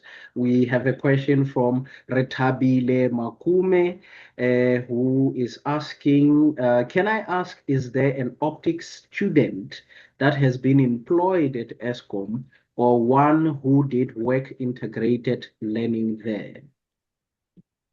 Sorry, if there's an optics Optics student that has, I guess, that has ever been employed by ESCOM or currently employed by ESCOM, or one who did work integrated learning with ESCOM. So I don't know if I'm understanding the question. So an optics student. Can I assist there? Yes, please. I think the question relates to students who've studied lasers. Oh, okay. Not that I am aware of, Retabile. Not that I am aware of. Maybe somewhere, or maybe moving into the future when we adapting new technologies, there can be a pathway, but currently not that I am aware of. Okay, and the next question from Manuel Perez says, are doors open for international students to make it, I guess, in training and internships there in ESCOM? So yeah, in one of my slides, for the Kuberg training opportunities, that you must be a South African citizen. Oh, bursary and training opportunities must be a South African citizen. But I do know for employment wise, ESCOM employs everywhere based on the need. Okay, there is a last question on the chat. Mr. Songo, if you could please respond to that question in the chat, as we are looking at the time and we need to move to other speakers. Please just go to the chat group, Mr. Songo. Thank you so much for the insight into what ESCOM is doing and what you're doing at the Kuberg power plant. And moving on to our next speaker. Thank you. Yes, definitely. You're welcome. Our next speaker provides a different and critical perspective, which include safety and regulation. We will now welcome Mr. Tshepiso Mosalasuping Mohorosi from the Communication and Stakeholder Relations team at the National Nuclear Regulator, which is referred to as the NNR. Mr. Mohorosi, the floor is yours.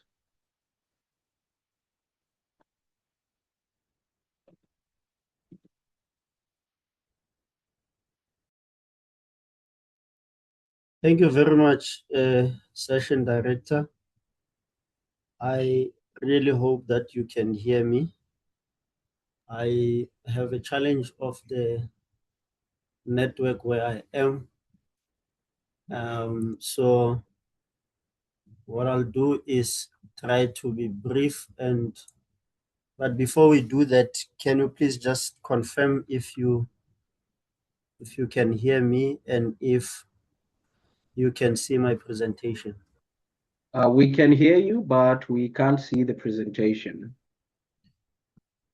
Okay, let me do this.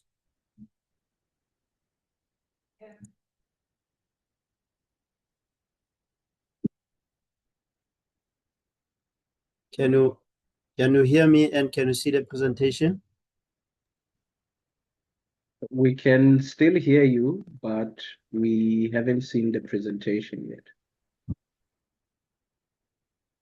Okay.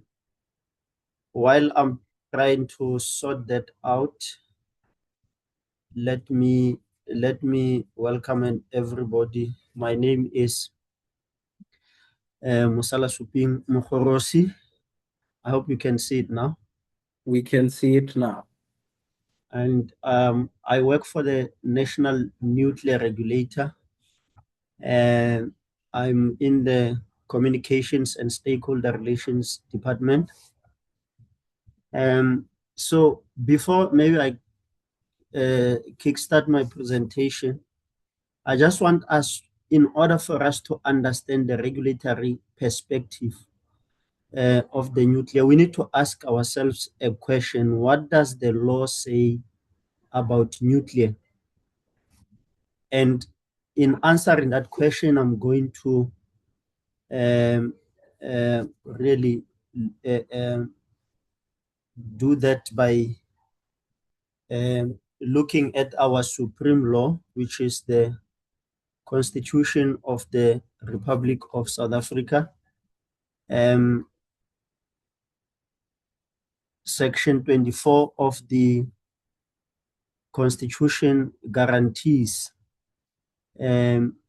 us of the right to an environment that is not harmful to our health or well-being, and also that the environment must be protected for the benefit of the present and the future generation.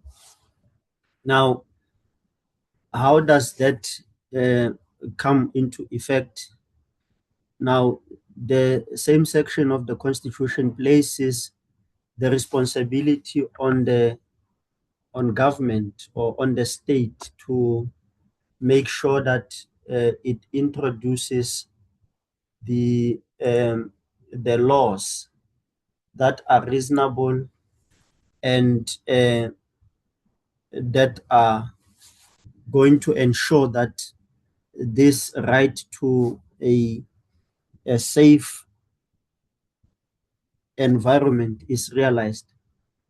So from Section 24 of the Constitution and through the Act of Parliament, government then passed a law called the National Nuclear Regulator Act. And in Section 3 of that piece of legislation, the NNR Act, it places the responsibility of the National Nuclear Regulator as a public entity and also as a jurisdict person, which is mandated to provide for protection of persons, property, and environment against nuclear damage. And in order to make sure that we achieve that, we have to put in place or ensure the establishment of nuclear safety standards. And it also doesn't end there, but we also have to enforce the nuclear safety standards in order to make sure that people, property, and environment are protected from the nuclear damage, particularly from the ionizing radiation. Chairperson, please indicate if I'm still audible and if you are still with me. You are still audible and we can still see the presentation. Thank you very much. And moving right along, we have different nuclear technology applications that are used in our country. The first one, the previous presenter, Mr. Songo, spoke to nuclear power generation, and Eskom is one of our nuclear installation license holders, which is NIL 1, and it has got its different amendments and conditions to it.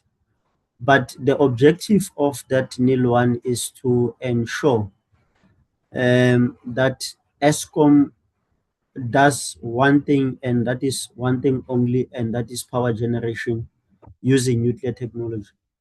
And our work is to ensure that the workers at Koeberg Nuclear Power Station and all the people who are on the vicinity of Koeberg and all the communities and the environment around Koeberg is protected from ionizing radiation. And that is how our relationship with Eskom. And then Gilbert spoke about, and other speakers, they spoke about nuclear medicine. We have also applications of food irradiation, and also there are other industry players in the construction sector who uses radiation sources to conduct their work. But I need to indicate that we are not necessarily regulating those industries that are using class 7 of the regulatory sort. I mean, of the radiation sources. But there's another sister organization which we work hand in hand with, which is SAPRA, and it is responsible for that and other things. So Songo spent a lot of time explaining what Quebec is, so I'm not going to dwell much on that. But Quebec is one of our license holders, as I explained. And then Safari One, which Gilbert spoke about earlier on, also, excuse me, Safari One is also regulated by the National Nuclear Regulator, and I'm not going to dwell too much on it. Gilbert has spoken about that, and also to make sure that I do not promote the license holders. And I'm happy that, Chairperson, you made me speak after them. Otherwise, I was going to make their work very easy, and they will just take questions and answers. Chairperson, there are nuclear waste management facilities in a form of for Quebec and for Nexa. And the design of the nuclear power plant is such that there has to be a nuclear waste facility on site, which is responsible for disposal of high-level waste. So the picture that you see on your left on the screen that looks like a swimming pool, that is the spent fuel facility, which houses the depleted uranium. And colleagues in the nuclear industry like not to call depleted uranium nuclear waste, because they argue that depleted uranium can be reprocessed and be used again, so it's not waste in their space. So it can be repurposed, recycled, and be used again. So they don't see it as waste. And then you have the intermediate and low-level waste, what you see on the other side of the screen, which shows a trench and some yellow drums. That is a nuclear waste management facility, which is in the Northern Cape, just about 100 kilometers outside Springbok. It is currently under the stewardship or ownership of National Radioactive Waste Disposal Institute, in short called NRWADI. Previously, it was owned by Nexa, but Parliament has since passed the National Radioactive Waste Disposal Institute Act, which ensured that an organization in the form of NRWADI is born, and they had to apply for a license from the National Nuclear Regulator to assume the responsibility and the ownership of that nuclear waste facility in the Northern Cape.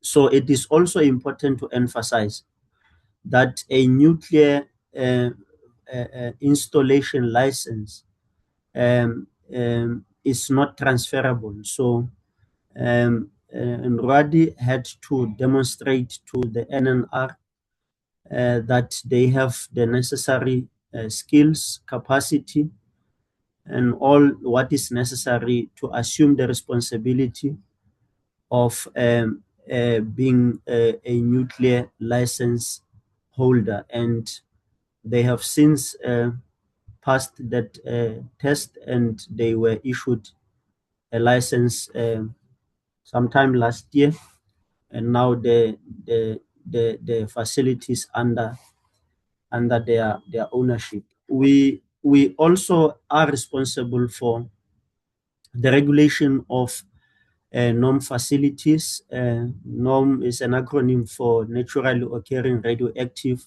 materials, and that is made up of the, in our context in South Africa, we have a lot of gold mining activities that took place and still continue to this day. And what we know and what we have is that the mining of gold brings about uranium as a byproduct. And as a result of that, all the gold mines in South Africa that are operational and those that may be under care and maintenance, and even those that are non-operational, they need to be under the radar or under the regulation of the National Nuclear Regulator.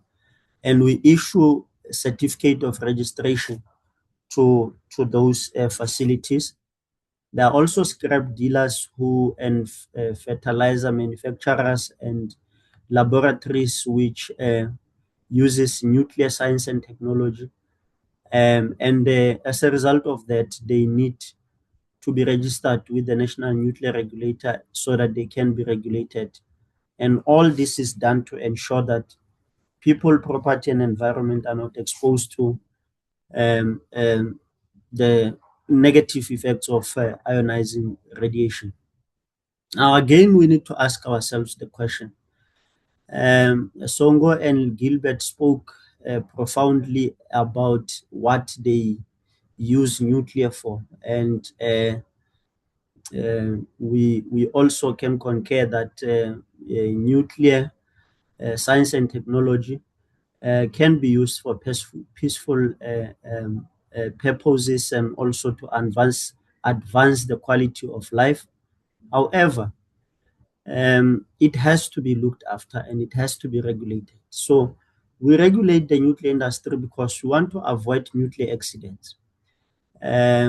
So in as much as the license holders are responsible for safety on site, but we have the responsibility, our constitutional mandate is to ensure that we protect the country and its inhabitants from the harmful effects of ionizing radiation. Therefore, we need to do our work in such a way that our license holders do not falter on the safety measures that are there to ensure that there are no there are no nuclear accidents.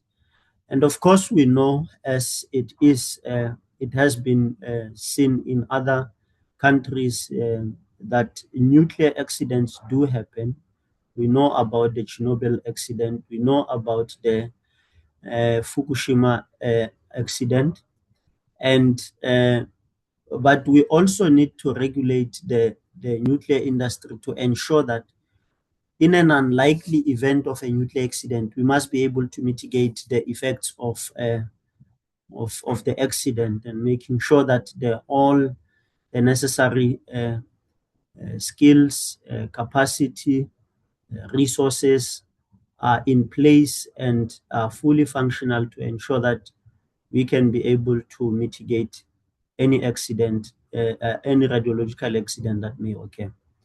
And also to ensure that we take stock of all the people or organizations that are using nuclear technology, and to make sure that the nuclear technology that is used in our country conforms to the prescripts of the commitments that the country has done in a form of the Non-Proliferation Treaty, agreements that we have committed ourselves to ensure that we will use our nuclear capabilities for peace and development, and will not use our nuclear capabilities for destruction of life or any environment. So basically, that is why we regulate nuclear. And if you look at this reasoning of why we regulate the nuclear industry, it takes you back to Section 24 of the Constitution of the Republic of South Africa, which is to ensure that the environment is free from pollution. Now, how do we ensure that we've got the resources necessary to mitigate nuclear accidents in a case that they happen? Like I said, part of the work that we do is compliance assurance Mr. programs. Mokorosi, Mr. Yes. Mokorosi, sorry to disturb you. If you could kindly conclude, just looking at the time, we are going past it. If you could conclude so we can kindly move to the Q&A. Okay. No, thank you very much, Chair. So basically, those are the programs that we have in place to ensure that nuclear safety is ensured through our compliance assurance programs that we have in place. And all those programs require skills necessary to make sure that we have the necessary human resources capable of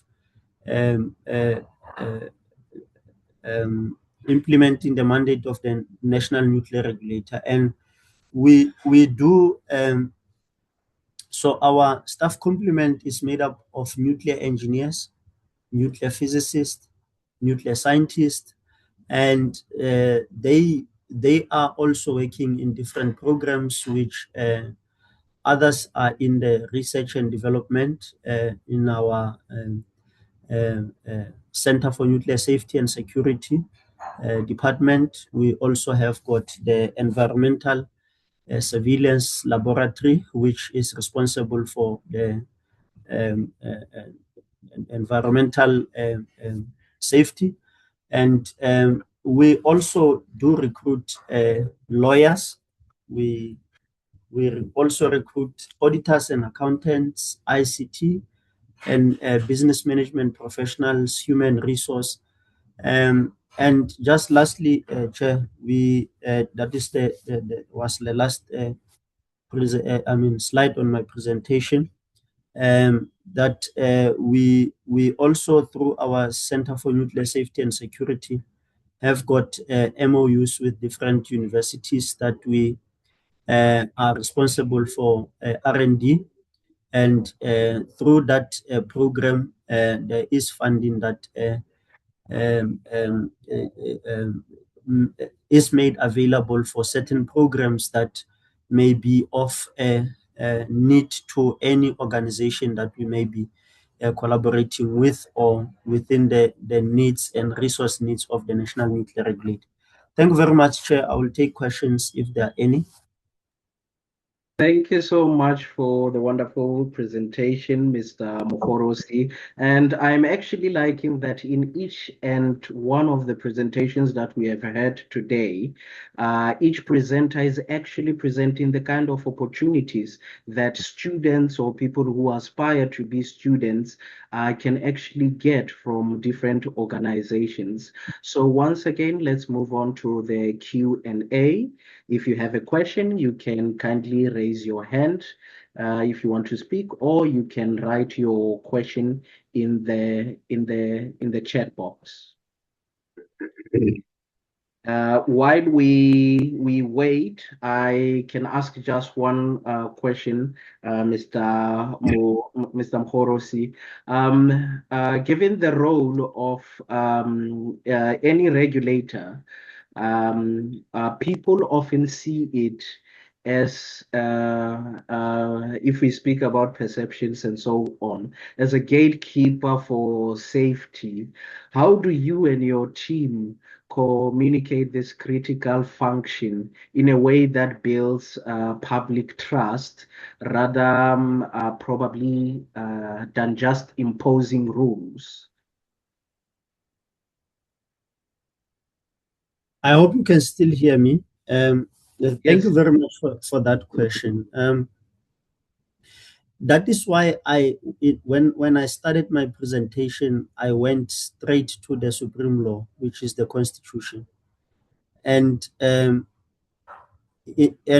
very same Constitution actually allows for the natural resources of our country to be preserved, also to be used for economic development. However, there has to be confinement to the laws to ensure that, for example, environment is protected. So we do our work in line with the international best practice and the international safety standards.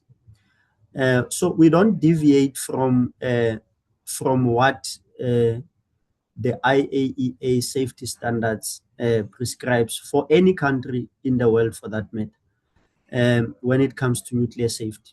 So we don't operate as an island.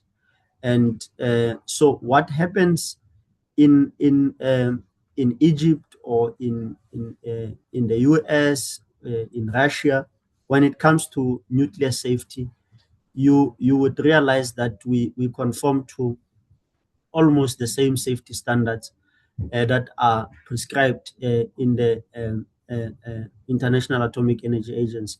And because we are also a member state of to the IAEA, we are expected to make sure that we do our work according to the safety standards and the best practice at that level. I hope I have answered your question. Thank you so much. Yes, indeed you have. I will now give the floor to Professor Mandla Msimanga.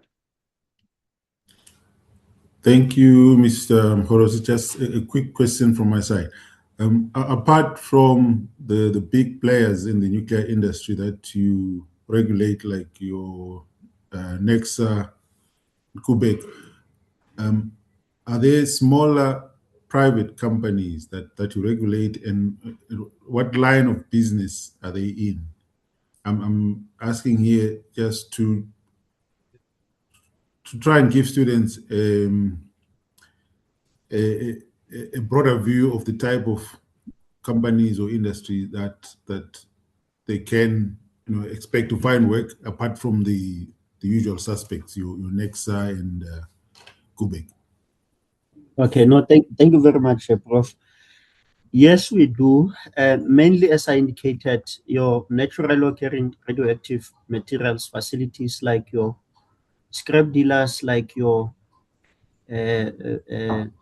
fertilizer manufacturers. There's companies like Fosco, which you find in the Richards Bay. There's companies like Richards Bay Minerals, which produces mineral sands and rare earths. There's also the laboratories. University of Northwest has one. The South African Police Service, their forensic services, they have also a nuclear registration license from the NNR, just to mention the few. Who else? It's quite a number of private ones. But in terms of bigger players, you will also understand that our legislation has not allowed for the IPPs, the independent power producers, to play into the nuclear space as yet.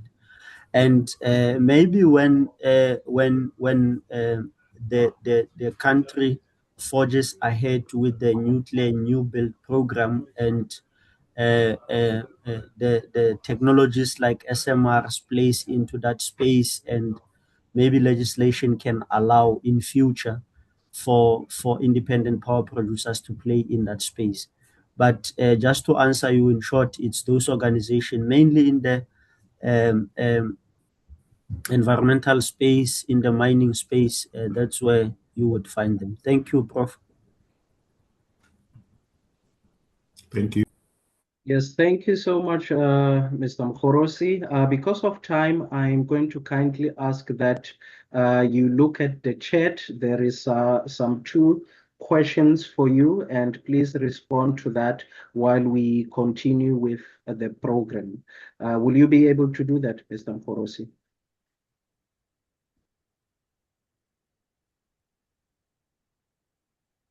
Yeah, I'll try to do that. I'm trying to look at the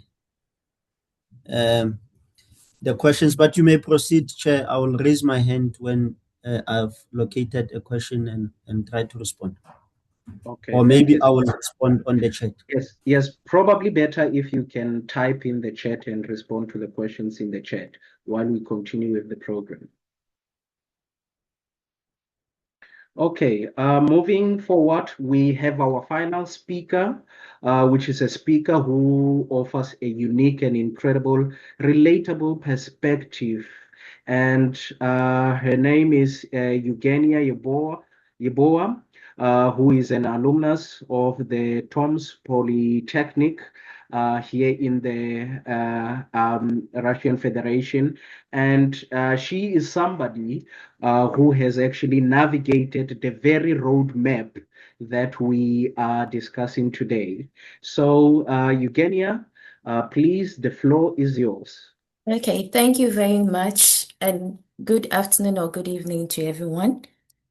I'll now kindly share my screen. Okay, please, can you see my screen? Yes, your screen is visible. Okay, thank you very much.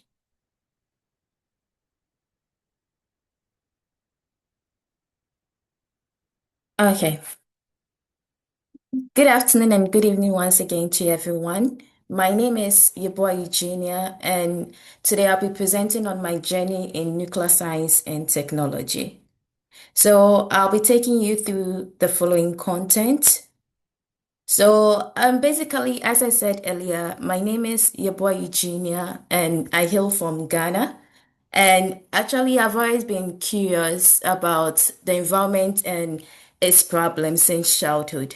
So, as growing up, I became exposed to nuclear physics, and through that, I got to know that nuclear physics could help actually solve environmental problems.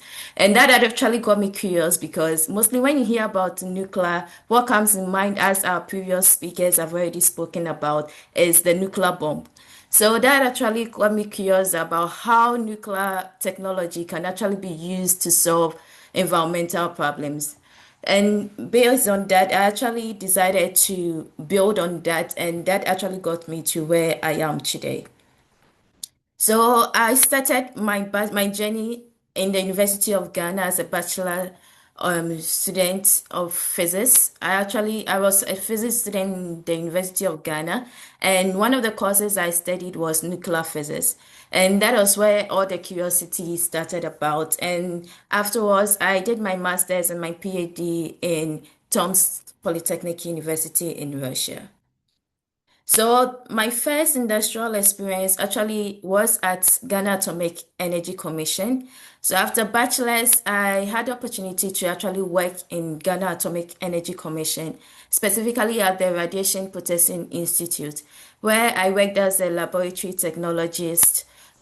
Basically, my main responsibilities were the measurement of natural radioactivity, which is known as NORMS, which is the naturally occurring radioactive nuclei in the environment, especially in food and also water sample. And actually, I also helped in laboratory works in assisting graduate students and also researchers with their works. And during this journey, I actually learned a lot. And some of the key things that I learned was the importance of radiation safety and quality assurance, application of scientific knowledge in real world setting. That was how to apply nuclear technology in real world setting, and also development of analytical and also research skills. And based on this experience, that actually enhanced my zeal to actually pursue my master's and also my PhD in this particular field. So during my journey, I've actually partaken in a number of projects and achievements, and this actually includes research projects such as projects that are related to nuclear science and technology. That is, for example, in dosimetry, how to use dosimetry to solve environmental problems, and also how to use radon. Mostly when we talk about radon, what comes to mind is the negative aspect. And to every negative aspect, there's also a good aspect, because mostly people know radon as being one of the radionuclides that causes cancer and its effect. So one of my research that I conducted was actually to look at the good aspect of radon, that is using radon to help solve environmental problems. And also I've actually made some contributions to radioactive studies by investigating radioactive source strength effect on gamma radiation monitoring, specifically related to the sodium iodide scintillation detector. And I also became part of RENE, which is the Russian Nuclear Education Ambassador, which I'll talk more about later. And I've actually made publications and received awards during this journey. So when it comes to international exposure, I would concentrate on conferences, the Russian Nuclear Education Ambassador, and also summer schools and training programs that I've partaken in. So I've had the opportunity to present my research findings at international nuclear conferences in Russia and also outside Russia. That is fostering collaboration and knowledge exchange within the global nuclear community. So, for example, I actually had opportunity to participate in an international atmospheric transport modeling workshop in 2024 in Vienna, Austria, and also SNT, which is the Science and Technology 2025, also in Vienna. And the SNT is organized by CTBTO, which is one of the international organizations that is geared towards peaceful use of nuclear technology in our world. So in 2021 to 2024, I became part of RENE, which is the Russian Nuclear Education Ambassador. And one of the main goal of RENE is actually to promote nuclear education and awareness all over the world. And during this period, I was part of the SMM team where I was a leader, and the main aim of the SMM team is to promote the awareness of nuclear education and technology to people around the world, for people to understand that nuclear is not only related to bombs making, but also it has applications such as application in agriculture, health sector, and the environment as a whole.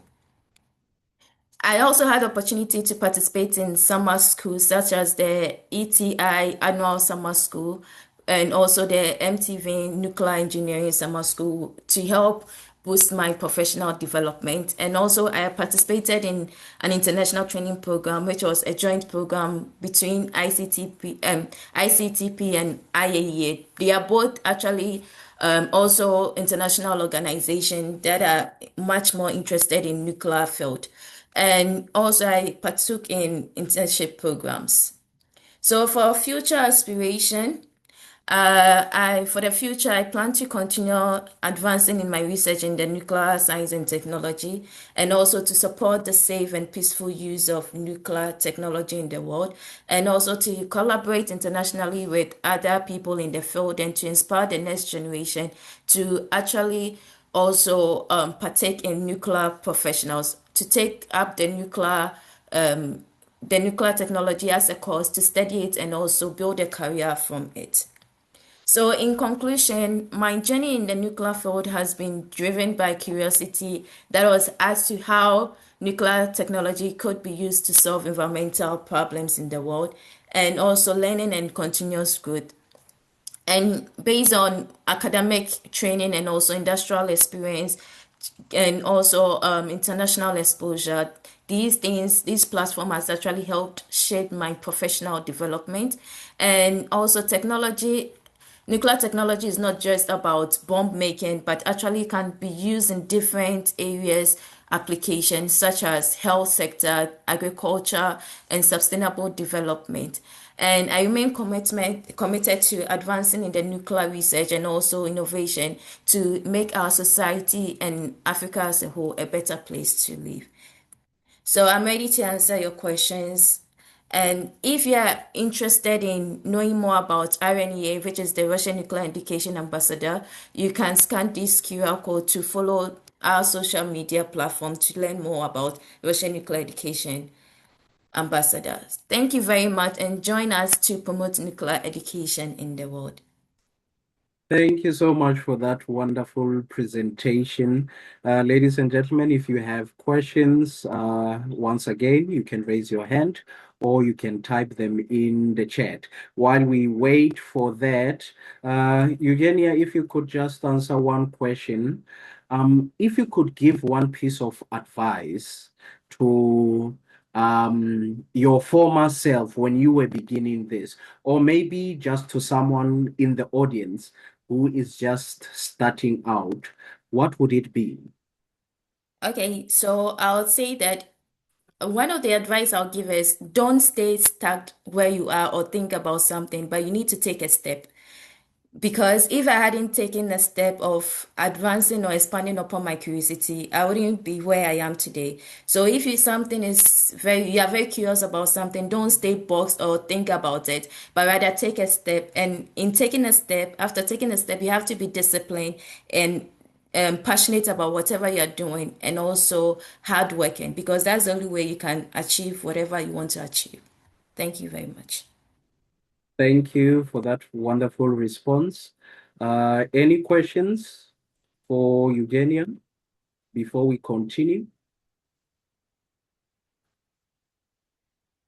Okay, while we continue with our program, you can kindly type the questions that you have in the chat. And please, Eugenia, respond to the questions that will come in the chat as we continue with the program. Will that be possible, Ms. Eugenia? Yes, it will be. Thank you. Okay. Thank you so much for your presentation. It was indeed insightful. And wow, what an incredible journey we have been on today, from the global perspective of Rosatom to the operational realities of Quebec, from the public engagement at NECSA to the critical oversight of the NNR, and finally to the personal success story of Ms. Eugenia. We have truly mapped out the every possible career roadmap. I want to extend a massive thank you to all our speakers for sharing their time, wisdom, and personal experiences. You have shown us that nuclear energy is not just one career. It is an entire universe of opportunity. Now, to officially close our first collaborative webinar, I will hand over to Emmanuel first, and just after him, I will hand over to Professor Mandlam Simanga to close off and just say some remarks of today's event. Emmanuel first, the floor is yours. Thank you very much, Mr. Katleho Marolo. I'll be giving the closing remarks on behalf of Mrs. Sohaila because she is not present. So I'll begin. Thank you very much. At the beginning of this webinar, I asked one question. What can nuclear education, or where can nuclear education actually take you? And after listening to our speakers today, I think the answer is clear. It can take you much further than one job, one title, one institution, or one traditional career path.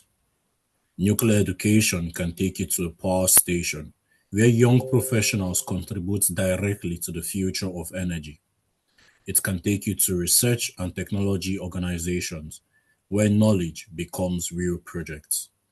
It can take you to universities where the next generation of specialists are trained.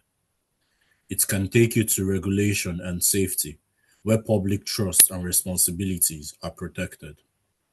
It can also take you to international operation, communication, stakeholder relations, and many other fields that are just as important to the nuclear sector.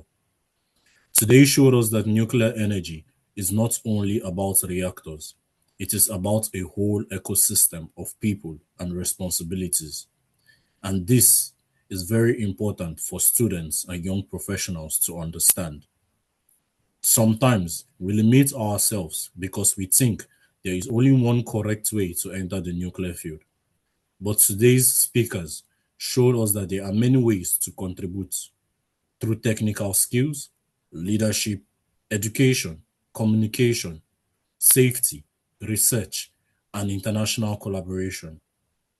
For me, this is why the first collaboration between RNEA and TUT is meaningful. It is not only an event between two organizations, it is a bridge between young people from Russia and South Africa, and a reminder that nuclear education becomes stronger when it is shared across countries and experiences. So, the answer to our opening question is this: nuclear education can take you wherever responsibilities, knowledge, and purpose are needed. And now, the next question is a personal one for each of us. Which part will you choose to explore first? On behalf of RNEA, I would like to sincerely thank Setswana University of Technology, our moderator, all our speakers, partners, and everyone who attended today. We also invite you to stay connected with us through our social media platforms. Follow our events. Continue these conversations beyond today's webinar.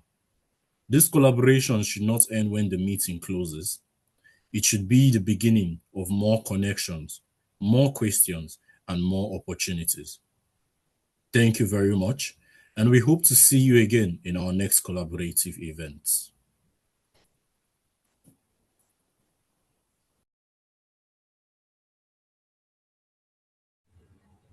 Thank you very much. We may move to you, Professor.